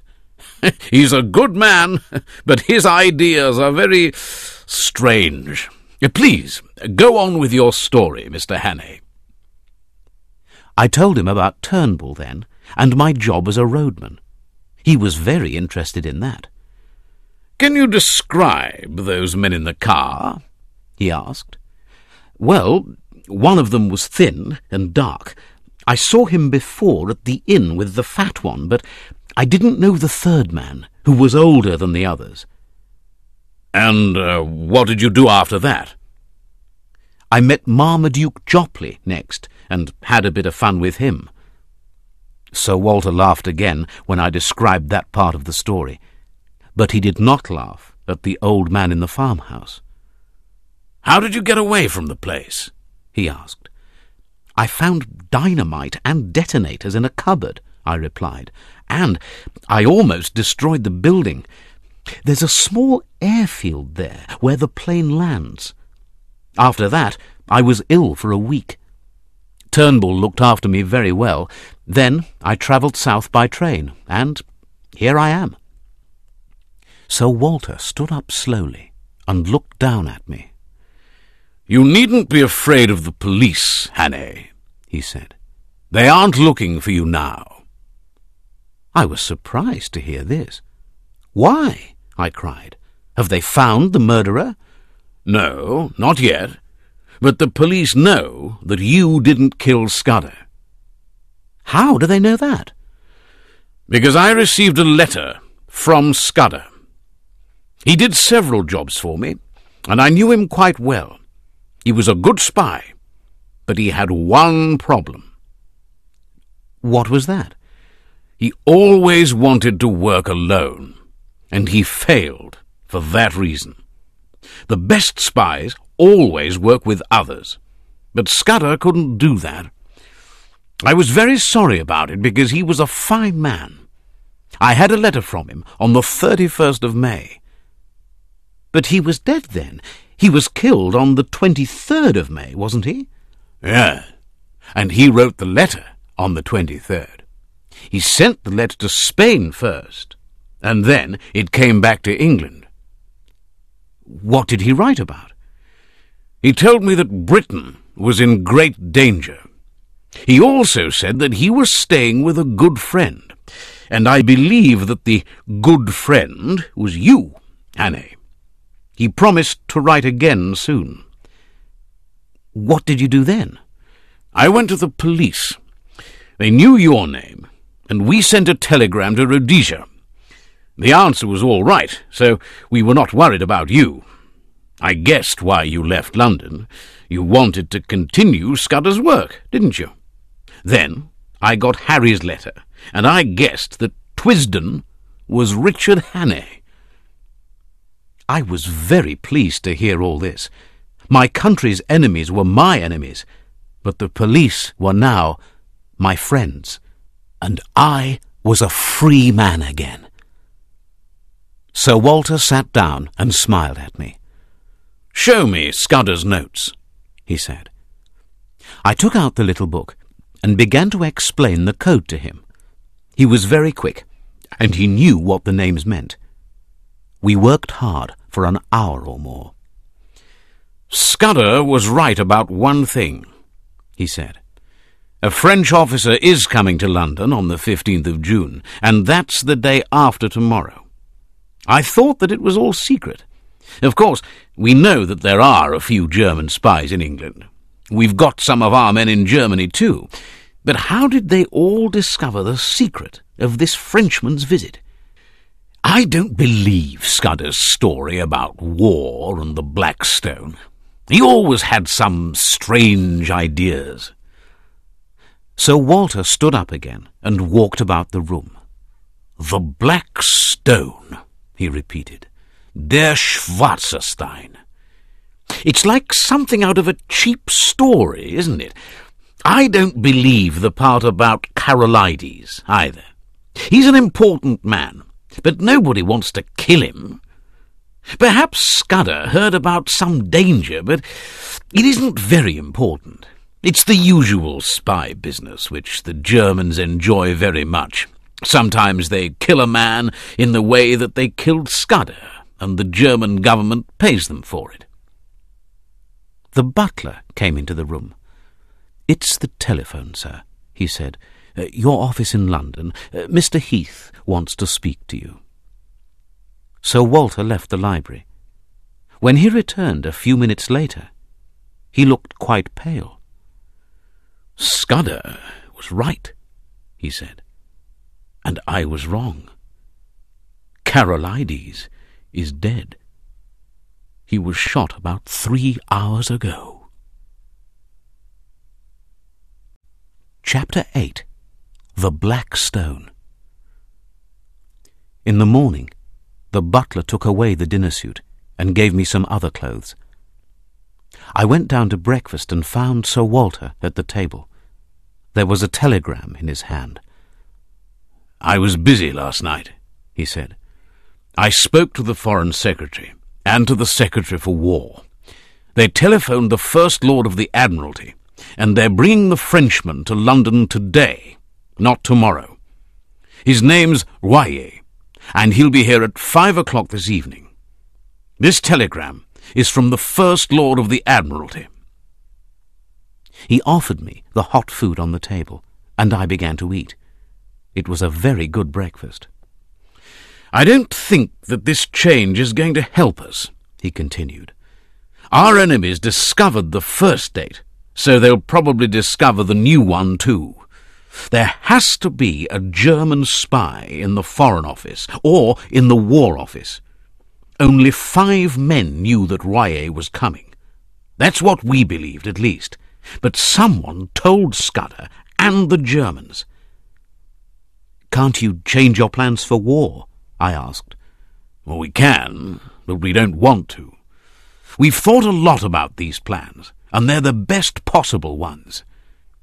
"But if it's necessary, you will change them." "Well, perhaps. It's a difficult problem, Hannay. Our enemies aren't children. They're not going to steal any papers from YA. They want to know our plans, but they want to get them in secret. Then YA will go back to France and say, 'Here are the British plans for war, and they're completely secret.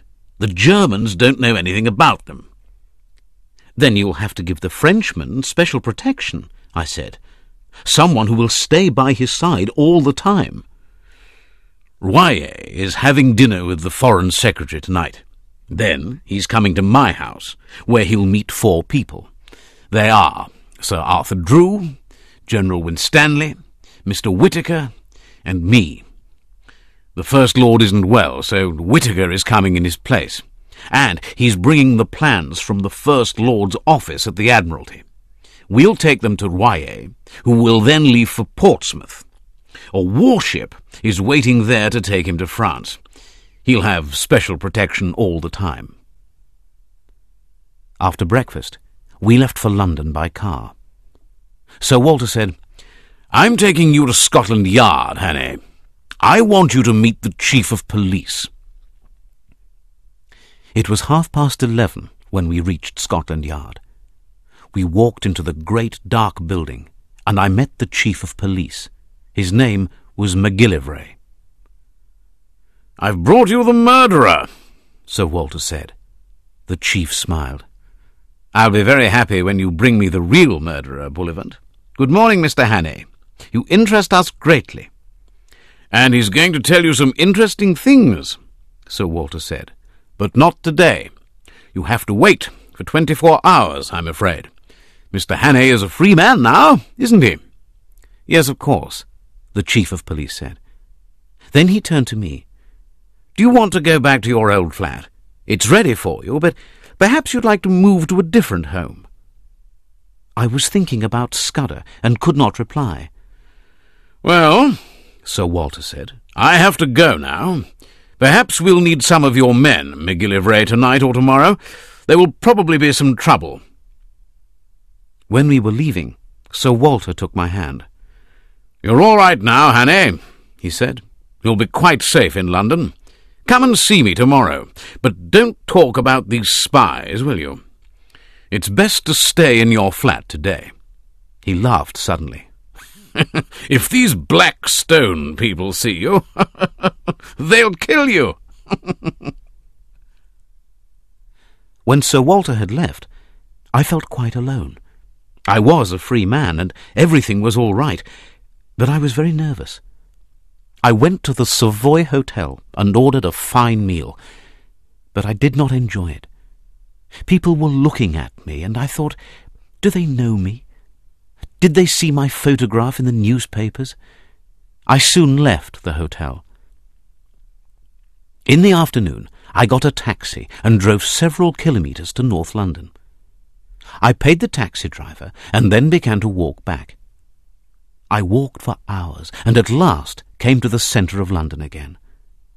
I was feeling very unhappy. It was 6 o'clock, and important things were taking place in London. Royer was already there. Sir Walter was busy at the Foreign Office or making plans for the meeting. The Black Stone spies were watching and waiting quietly. But what was I doing? I was walking around the centre of London. Suddenly, a strange thought came into my head. I believed that there was great danger in London that day, and I was suddenly sure that only I could fight against it. But what could I do? Sir Walter did not need me. I could not walk into a meeting of important officers and ministers. I could look for the German spies, of course. I was quite sure of one thing. My country needed me in this time of trouble. I had to destroy their plans. The German spies must not win. But is that true, Hannay? I said to myself. Can't Sir Walter and his friends easily look after Britain? Doesn't the First Lord of the Admiralty know his business better than you do? Can a few German spies do anything against all of them? I was not sure.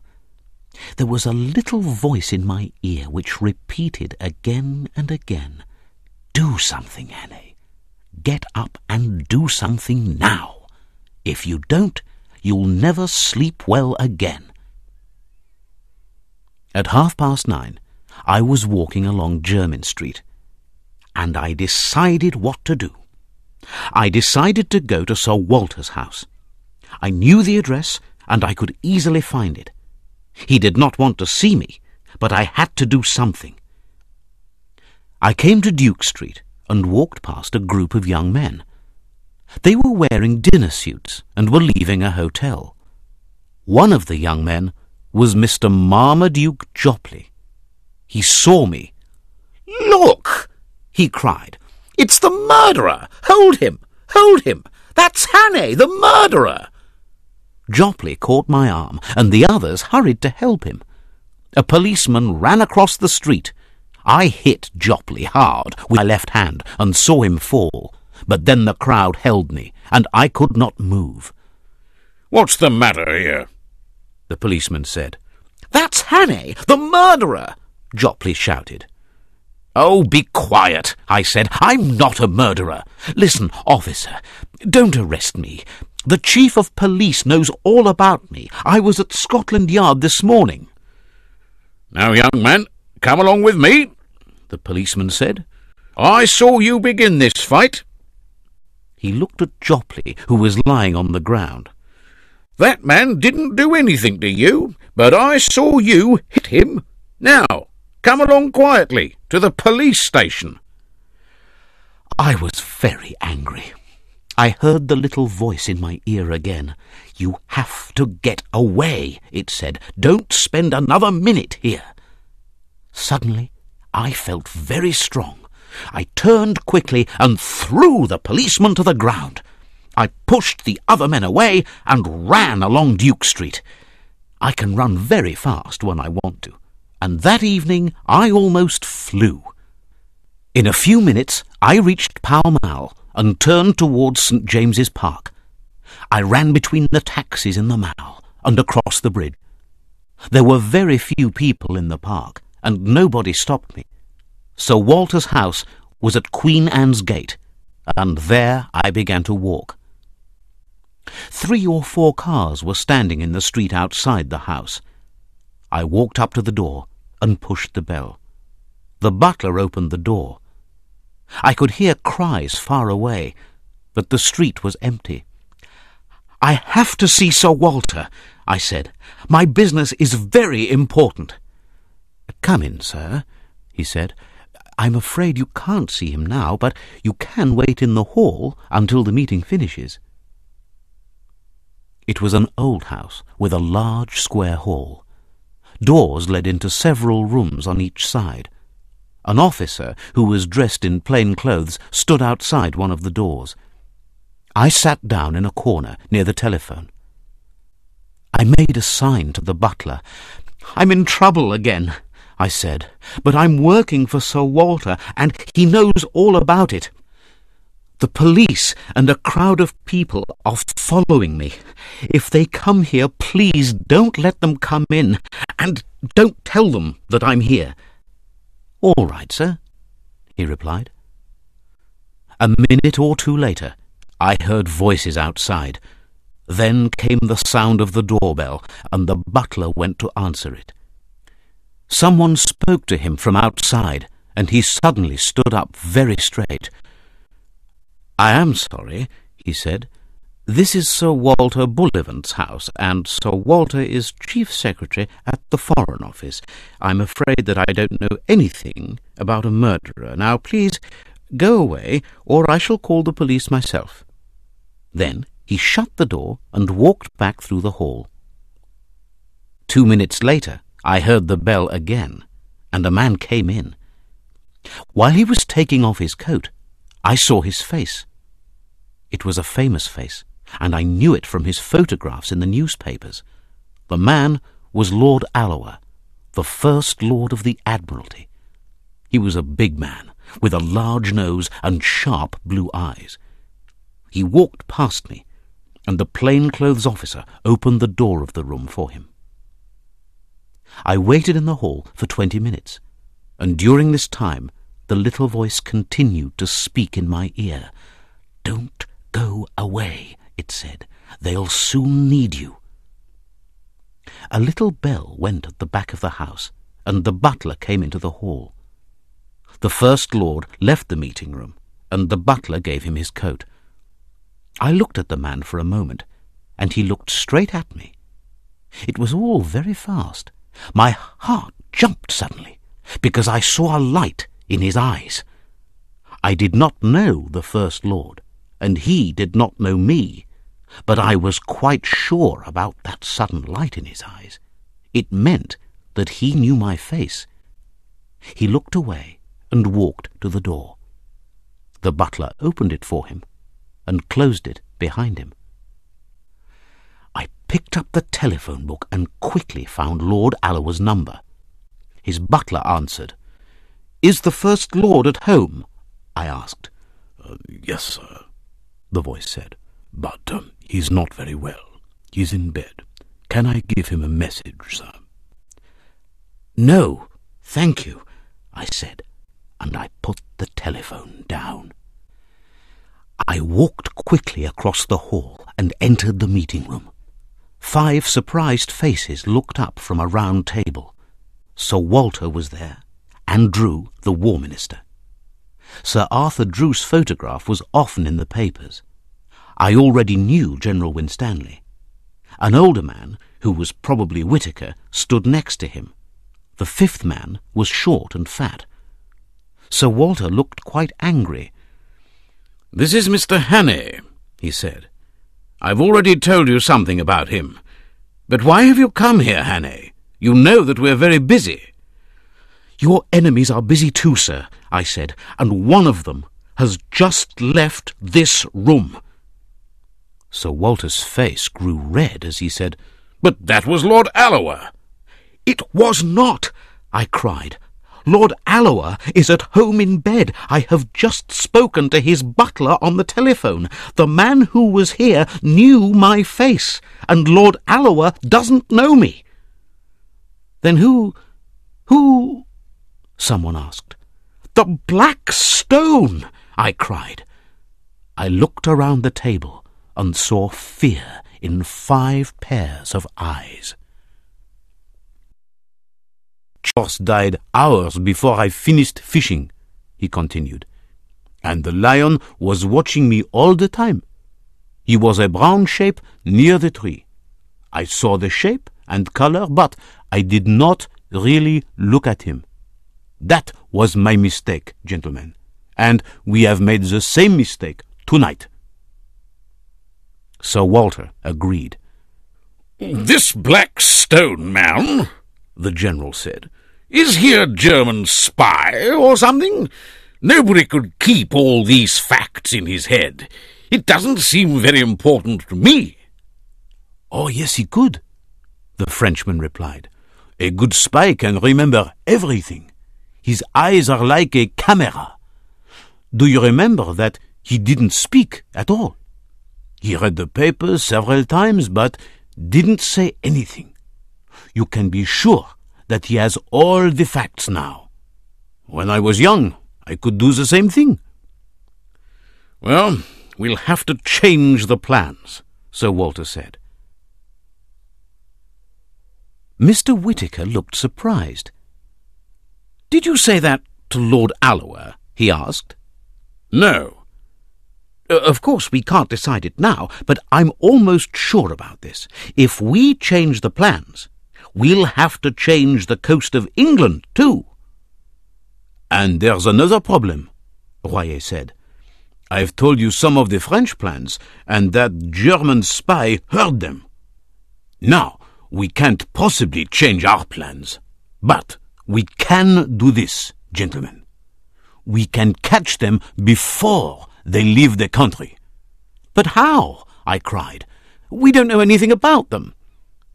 "And there's the post," Whitaker said. "They can easily send the facts to Germany by post. Perhaps they're on their way there now. We can't possibly search the post." "No," the Frenchman said. "You don't know how a good spy works. He carries the secrets himself. The Germans will pay the man who brings the plans. So we have a chance.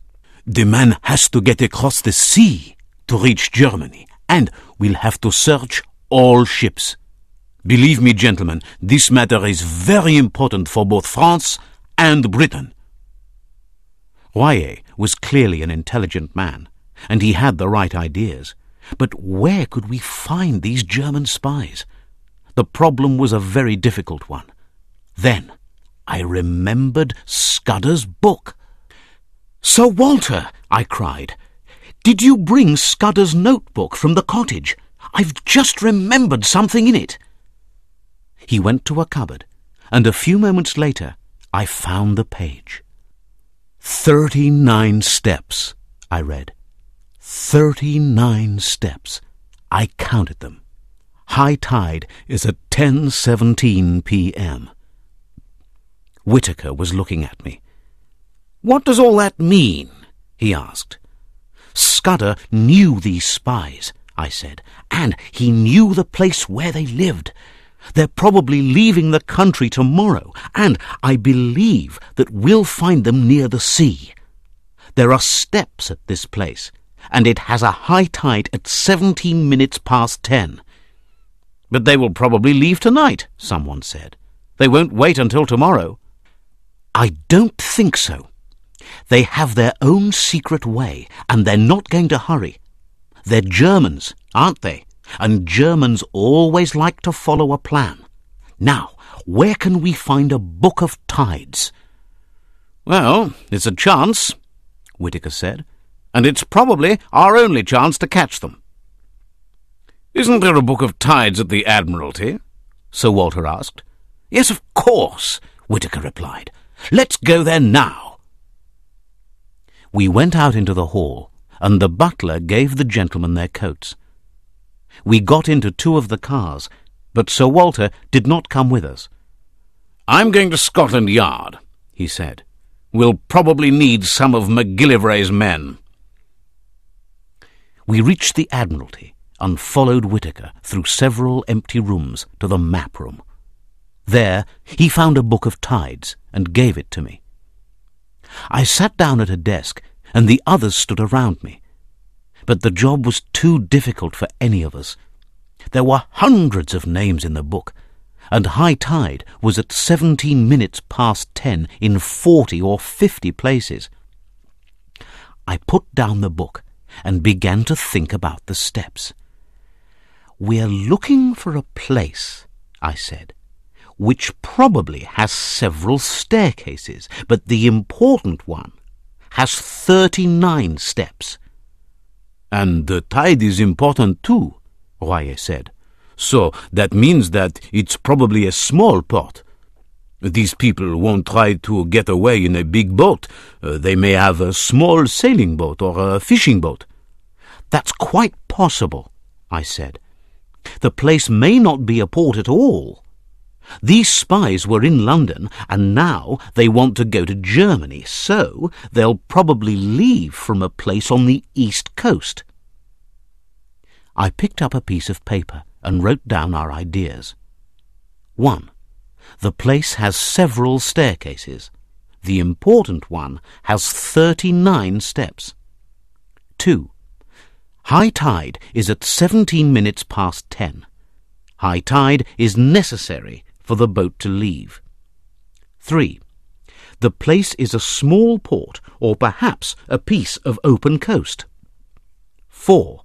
The Germans may use a sailing boat or a fishing boat. Then I made 3 guesses and wrote them down. 1. The place is a piece of open coast. 2. The boat is probably small and foreign. 3. The place is on the east coast between Cromer and Dover. Sir Walter came into the room with MacGillivray behind him. "The police are watching the ports and railway stations," MacGillivray said, "but it's not going to be easy for them. They're looking for a fat man, a thin man, and an old man."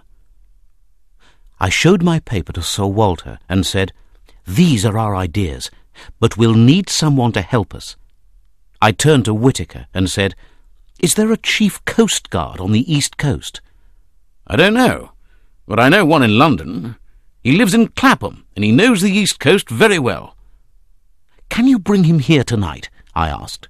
"Yes, I think so. I'll go to his house." It was very late when Whittaker returned with the Coast Guard. He was a fine old man and very polite to the officers. Sir Arthur Drew spoke to him first. "We're looking for a place on the East Coast," he said, "where there are several staircases. The steps probably lead down to a beach. Do you know any place like that?" "Well, sir, I don't know. There's Brattlesham, in Norfolk, of course. There are steps there, but only the fishermen use them." "That isn't the place," I said. "Then there are a lot of holiday places. They usually have a few steps." "No, this is probably a very quiet place." "Then I'm sorry, gentlemen. I don't know. There's only the Rough." "What's that?" I asked. "It's a bit of high ground on the Kent coast, near Bradgate. There are some fine houses on the top, and some of them have steps down to the beach. They're private beaches, of course." "What do you mean by that?" "Well, the people who own the houses also own the beaches, sir. When you buy a house there, you get a piece of private beach as well." I picked up the Book of Tides and found Bradgate. High tide there was at 27 minutes past 10 on the 15th of June. "How can I find the time of high tide at the Rough?" I asked the Coast Guard. "Oh, I know that, sir. I stayed there once in June. It's 10 minutes before high tide at Bradgate." I shut the book and looked around. "Sir Walter," I said, "can I borrow your car and a map of the roads in Kent? I'd like to have some of your men too, MacGillivray. Perhaps we can surprise these Germans tomorrow morning." They did not answer me for a moment. I did not work for the Foreign Office or the Admiralty or the General, but I was young and strong, and I already knew these spies. It was Royer who spoke first. "I'm quite happy," he said, "to leave this matter in Mr. Hannay's hands." Sir Walter said, "I think so too," and MacGillivray agreed. Half an hour later, I was driving quickly through the villages of Kent. MacGillivray's best officer was sitting next to me in the car. It was 3:30 in the morning. Chapter 10. The House by the Sea.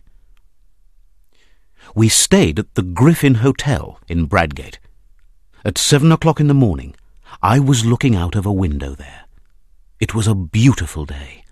A man was fishing down at the port, and I remembered Royer's story about the lion. A small warship was lying south of the port. I called MacGillivray's man. "Officer," I said, "do you know that ship? Perhaps Whittaker sent her here." "I don't think so," he said. "She's usually along this part of the coast." And he told me her name and the name of her captain. I went to the telephone and sent a telegram to Sir Walter about them. After breakfast, Scaife, MacGillivray's officer, and I walked along the beach.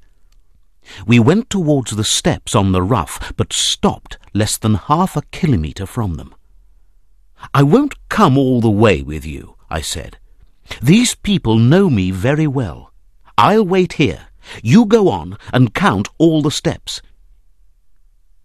I sat down behind a rock and waited. There was nobody on the beach. It was 10 o'clock when Scaife came back. "There are 6 lots of steps," he said, "and they lead to 6 different houses." He took a piece of paper from his pocket and read 34, 35, 39, 42, 47, and 21. I felt so pleased that I almost got up and shouted. We hurried back to Bradgate and sent a telegram to McGillivray. I wanted 6 good men, and they had to stay at different hotels in the town. "Now, go back to the 39 steps," I said to Scaife, "and have a look at the house. Then go to the post office. Find out who lives there." He brought back some strange but interesting facts. The house was called Trafalgar Lodge, and it belonged to an old man named Appleton. Mr. Appleton often stayed there in the summer. He was at the house now. Nobody knew a lot about him, but he seemed kind and quiet. Scaife made some excuse to visit the house and met 3 women there. "They look after the place," he said, "and they can't possibly be Germans. They talk too much for that." "Did you look at the houses on each side of Trafalgar Lodge?" I asked. "Yes, the house on the right is empty. They're building the place on the left." Before dinner, I walked along the Rough myself. I found a quiet place away from the houses and sat down there. I could see the house quite well. It was a red stone building with large windows. There was a garden all around the house, and the British flag was flying from a tall post. While I was watching, a man left the house to walk along the hilltop. He was an old man, wearing white trousers and a blue coat. He had a newspaper under his arm. He walked quite a long way and then sat down on a seat to read the paper.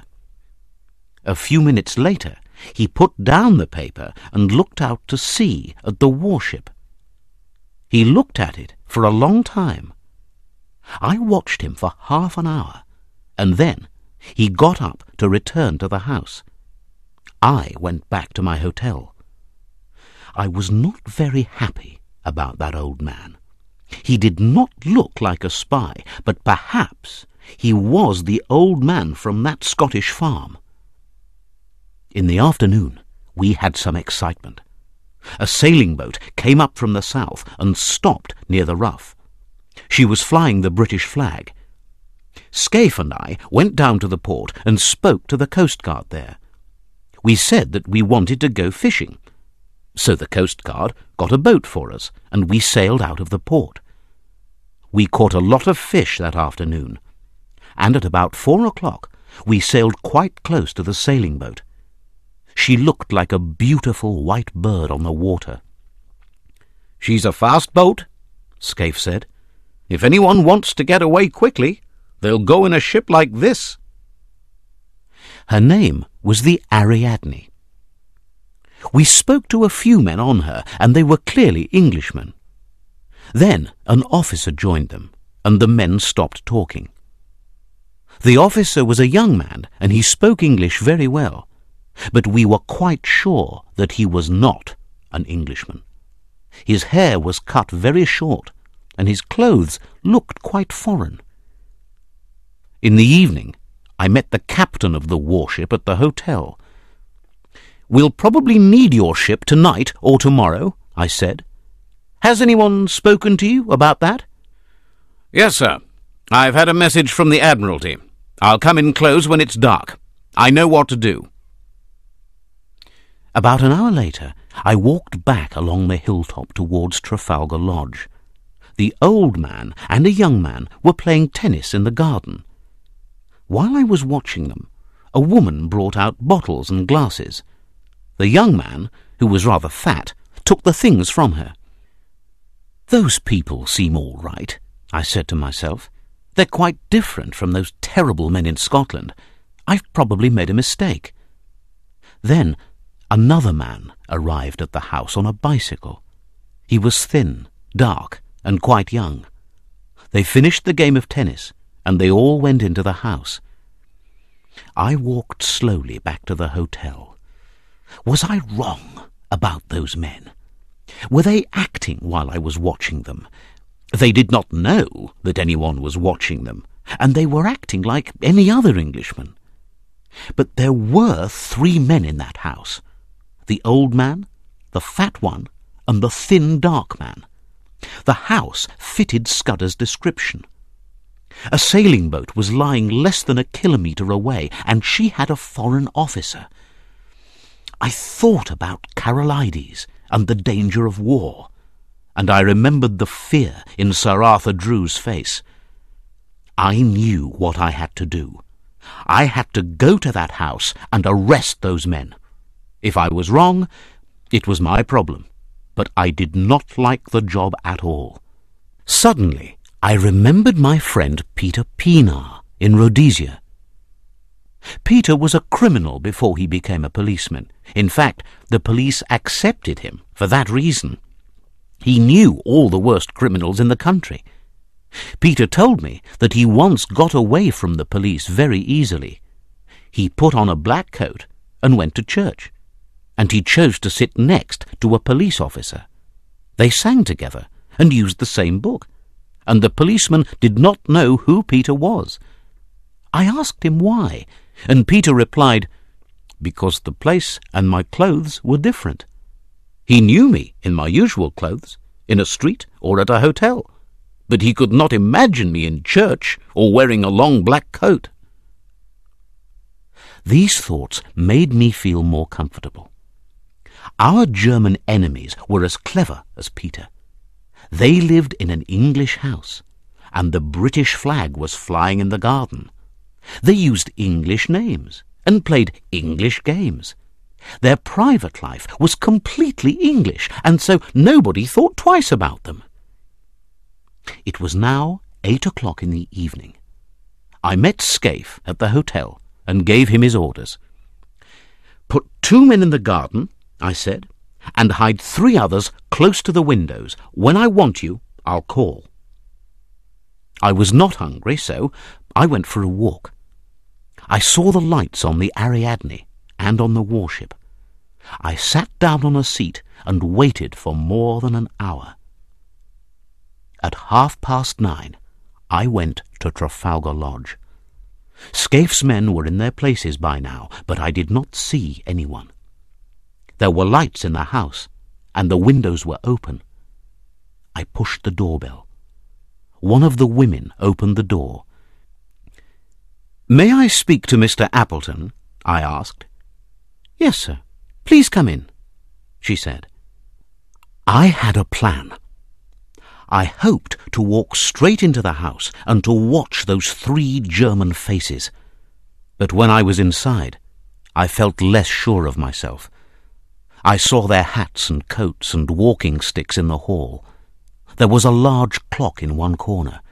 English pictures were hanging on the walls, and the place was like thousands of other English homes. "Your name, sir?" the woman asked. "Hannay. Richard Hannay." She went into a room and called my name. I followed just behind her, but I was too late. The 3 men had a moment to hide their surprise. The old man was standing up, and he and the fat one were wearing dinner suits. The other man was in a suit of blue cloth. "Mr. Hannay," the old man said, "you want to speak to me, I believe. Come into the next room, please." I pulled a chair towards me and sat down on it. "You know me," I said, "and you know my business." The light was not very good in the room, but I saw that they all looked surprised. "Perhaps we do know you," the old man said, "but I can't remember. I'm sorry that I don't know your business, sir. Will you please tell me?" I thought about Peter Pienaar and said, "This is the end. I've come to arrest you all." "Arrest us?" the old man said. "But why?" "I'm arresting you for the murder of Franklin Scudder in London on the 23rd of May. "I don't know that name," the old man said, and his voice seemed very weak. The fat man spoke then. "I read about that in the papers. But this is terrible. We don't know anything about the murder, sir. Where do you come from?"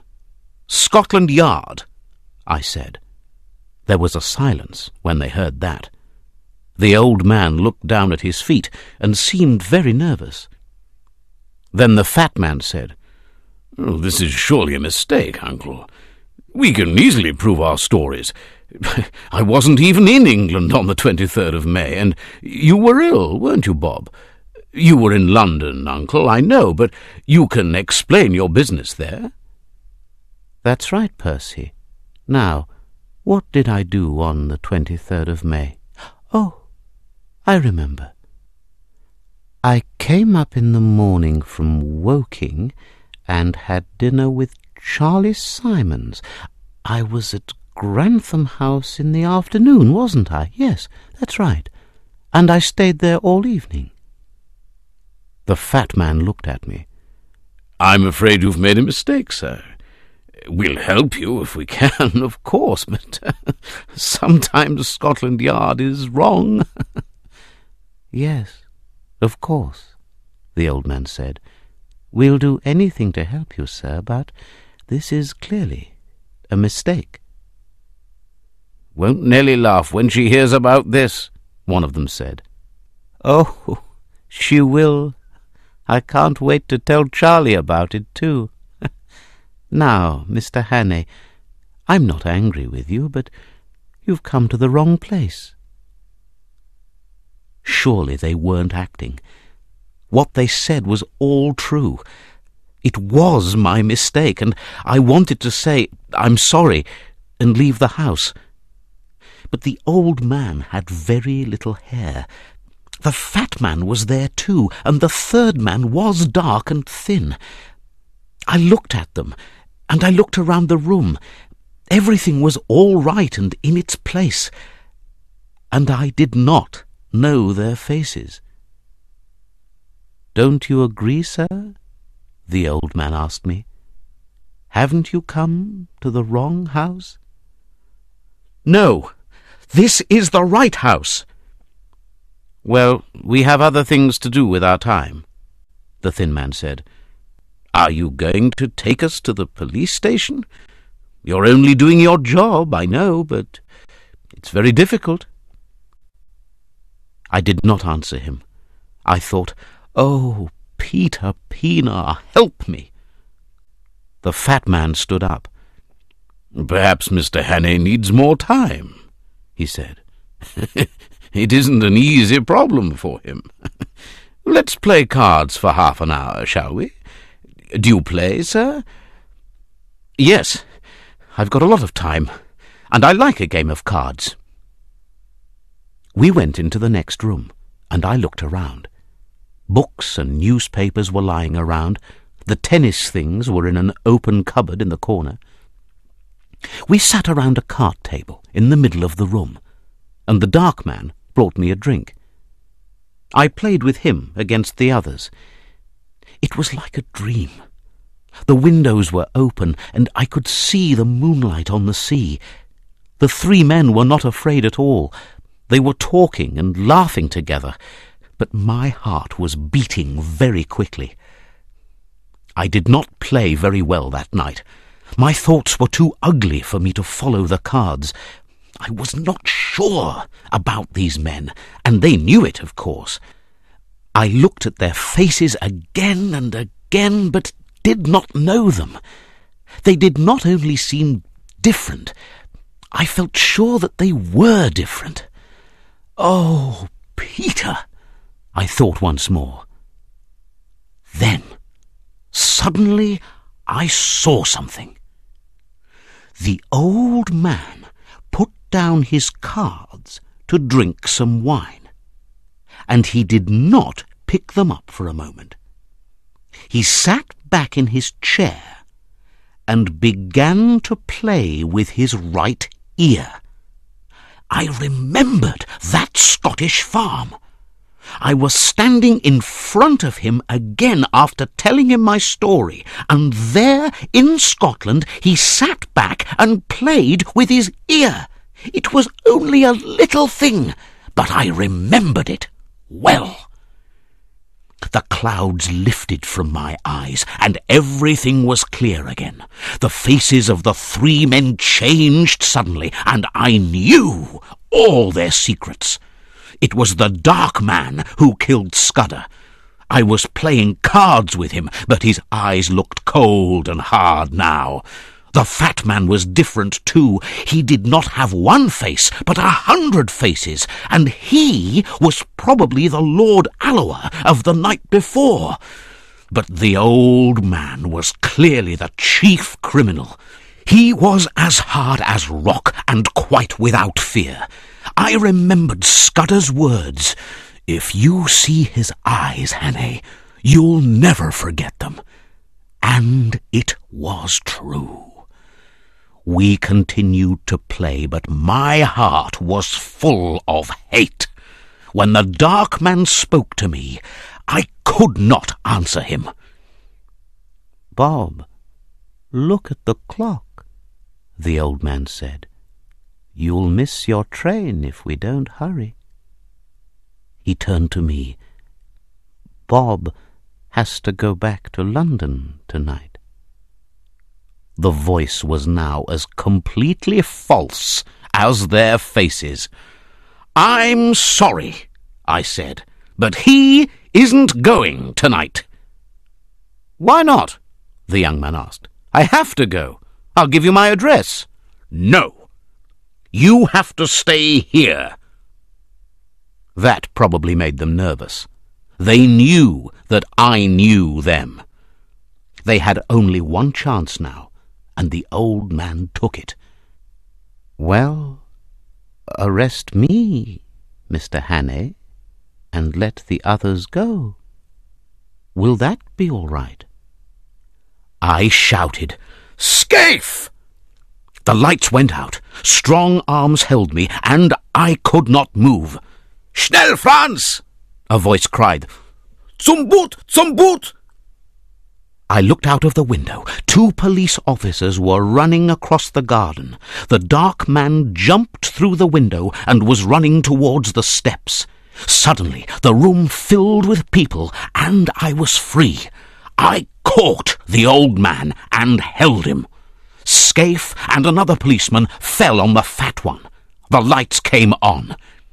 We looked out of the window again. Franz reached the steps before the policeman. He opened the gate, which locked itself behind him, and the policeman could not follow. We waited for a few minutes. Suddenly the old man was free again. He hurried to the wall of the room and pushed something. A great noise rose up from below the house. The steps flew into the air. "Dynamite!" I cried. "They've destroyed the stairs!" The old man was looking at me and laughing. A terrible light burned in his eyes. "He is safe," he shouted. "You cannot follow him. He has gone. He has won. Der schwarze Stein ist in der Siegestrone." 2 police officers caught the old man by the arms, and I said my last words to him. "Franz hasn't won anything. He'll reach the Ariadne quite safely, I'm sure. But she was in our hands an hour ago." Everyone knows that the war began early in August 1914. That was about 6 weeks after I helped to catch those 3 German spies. I was an officer during those unhappy war years, but perhaps my best work was done before it started.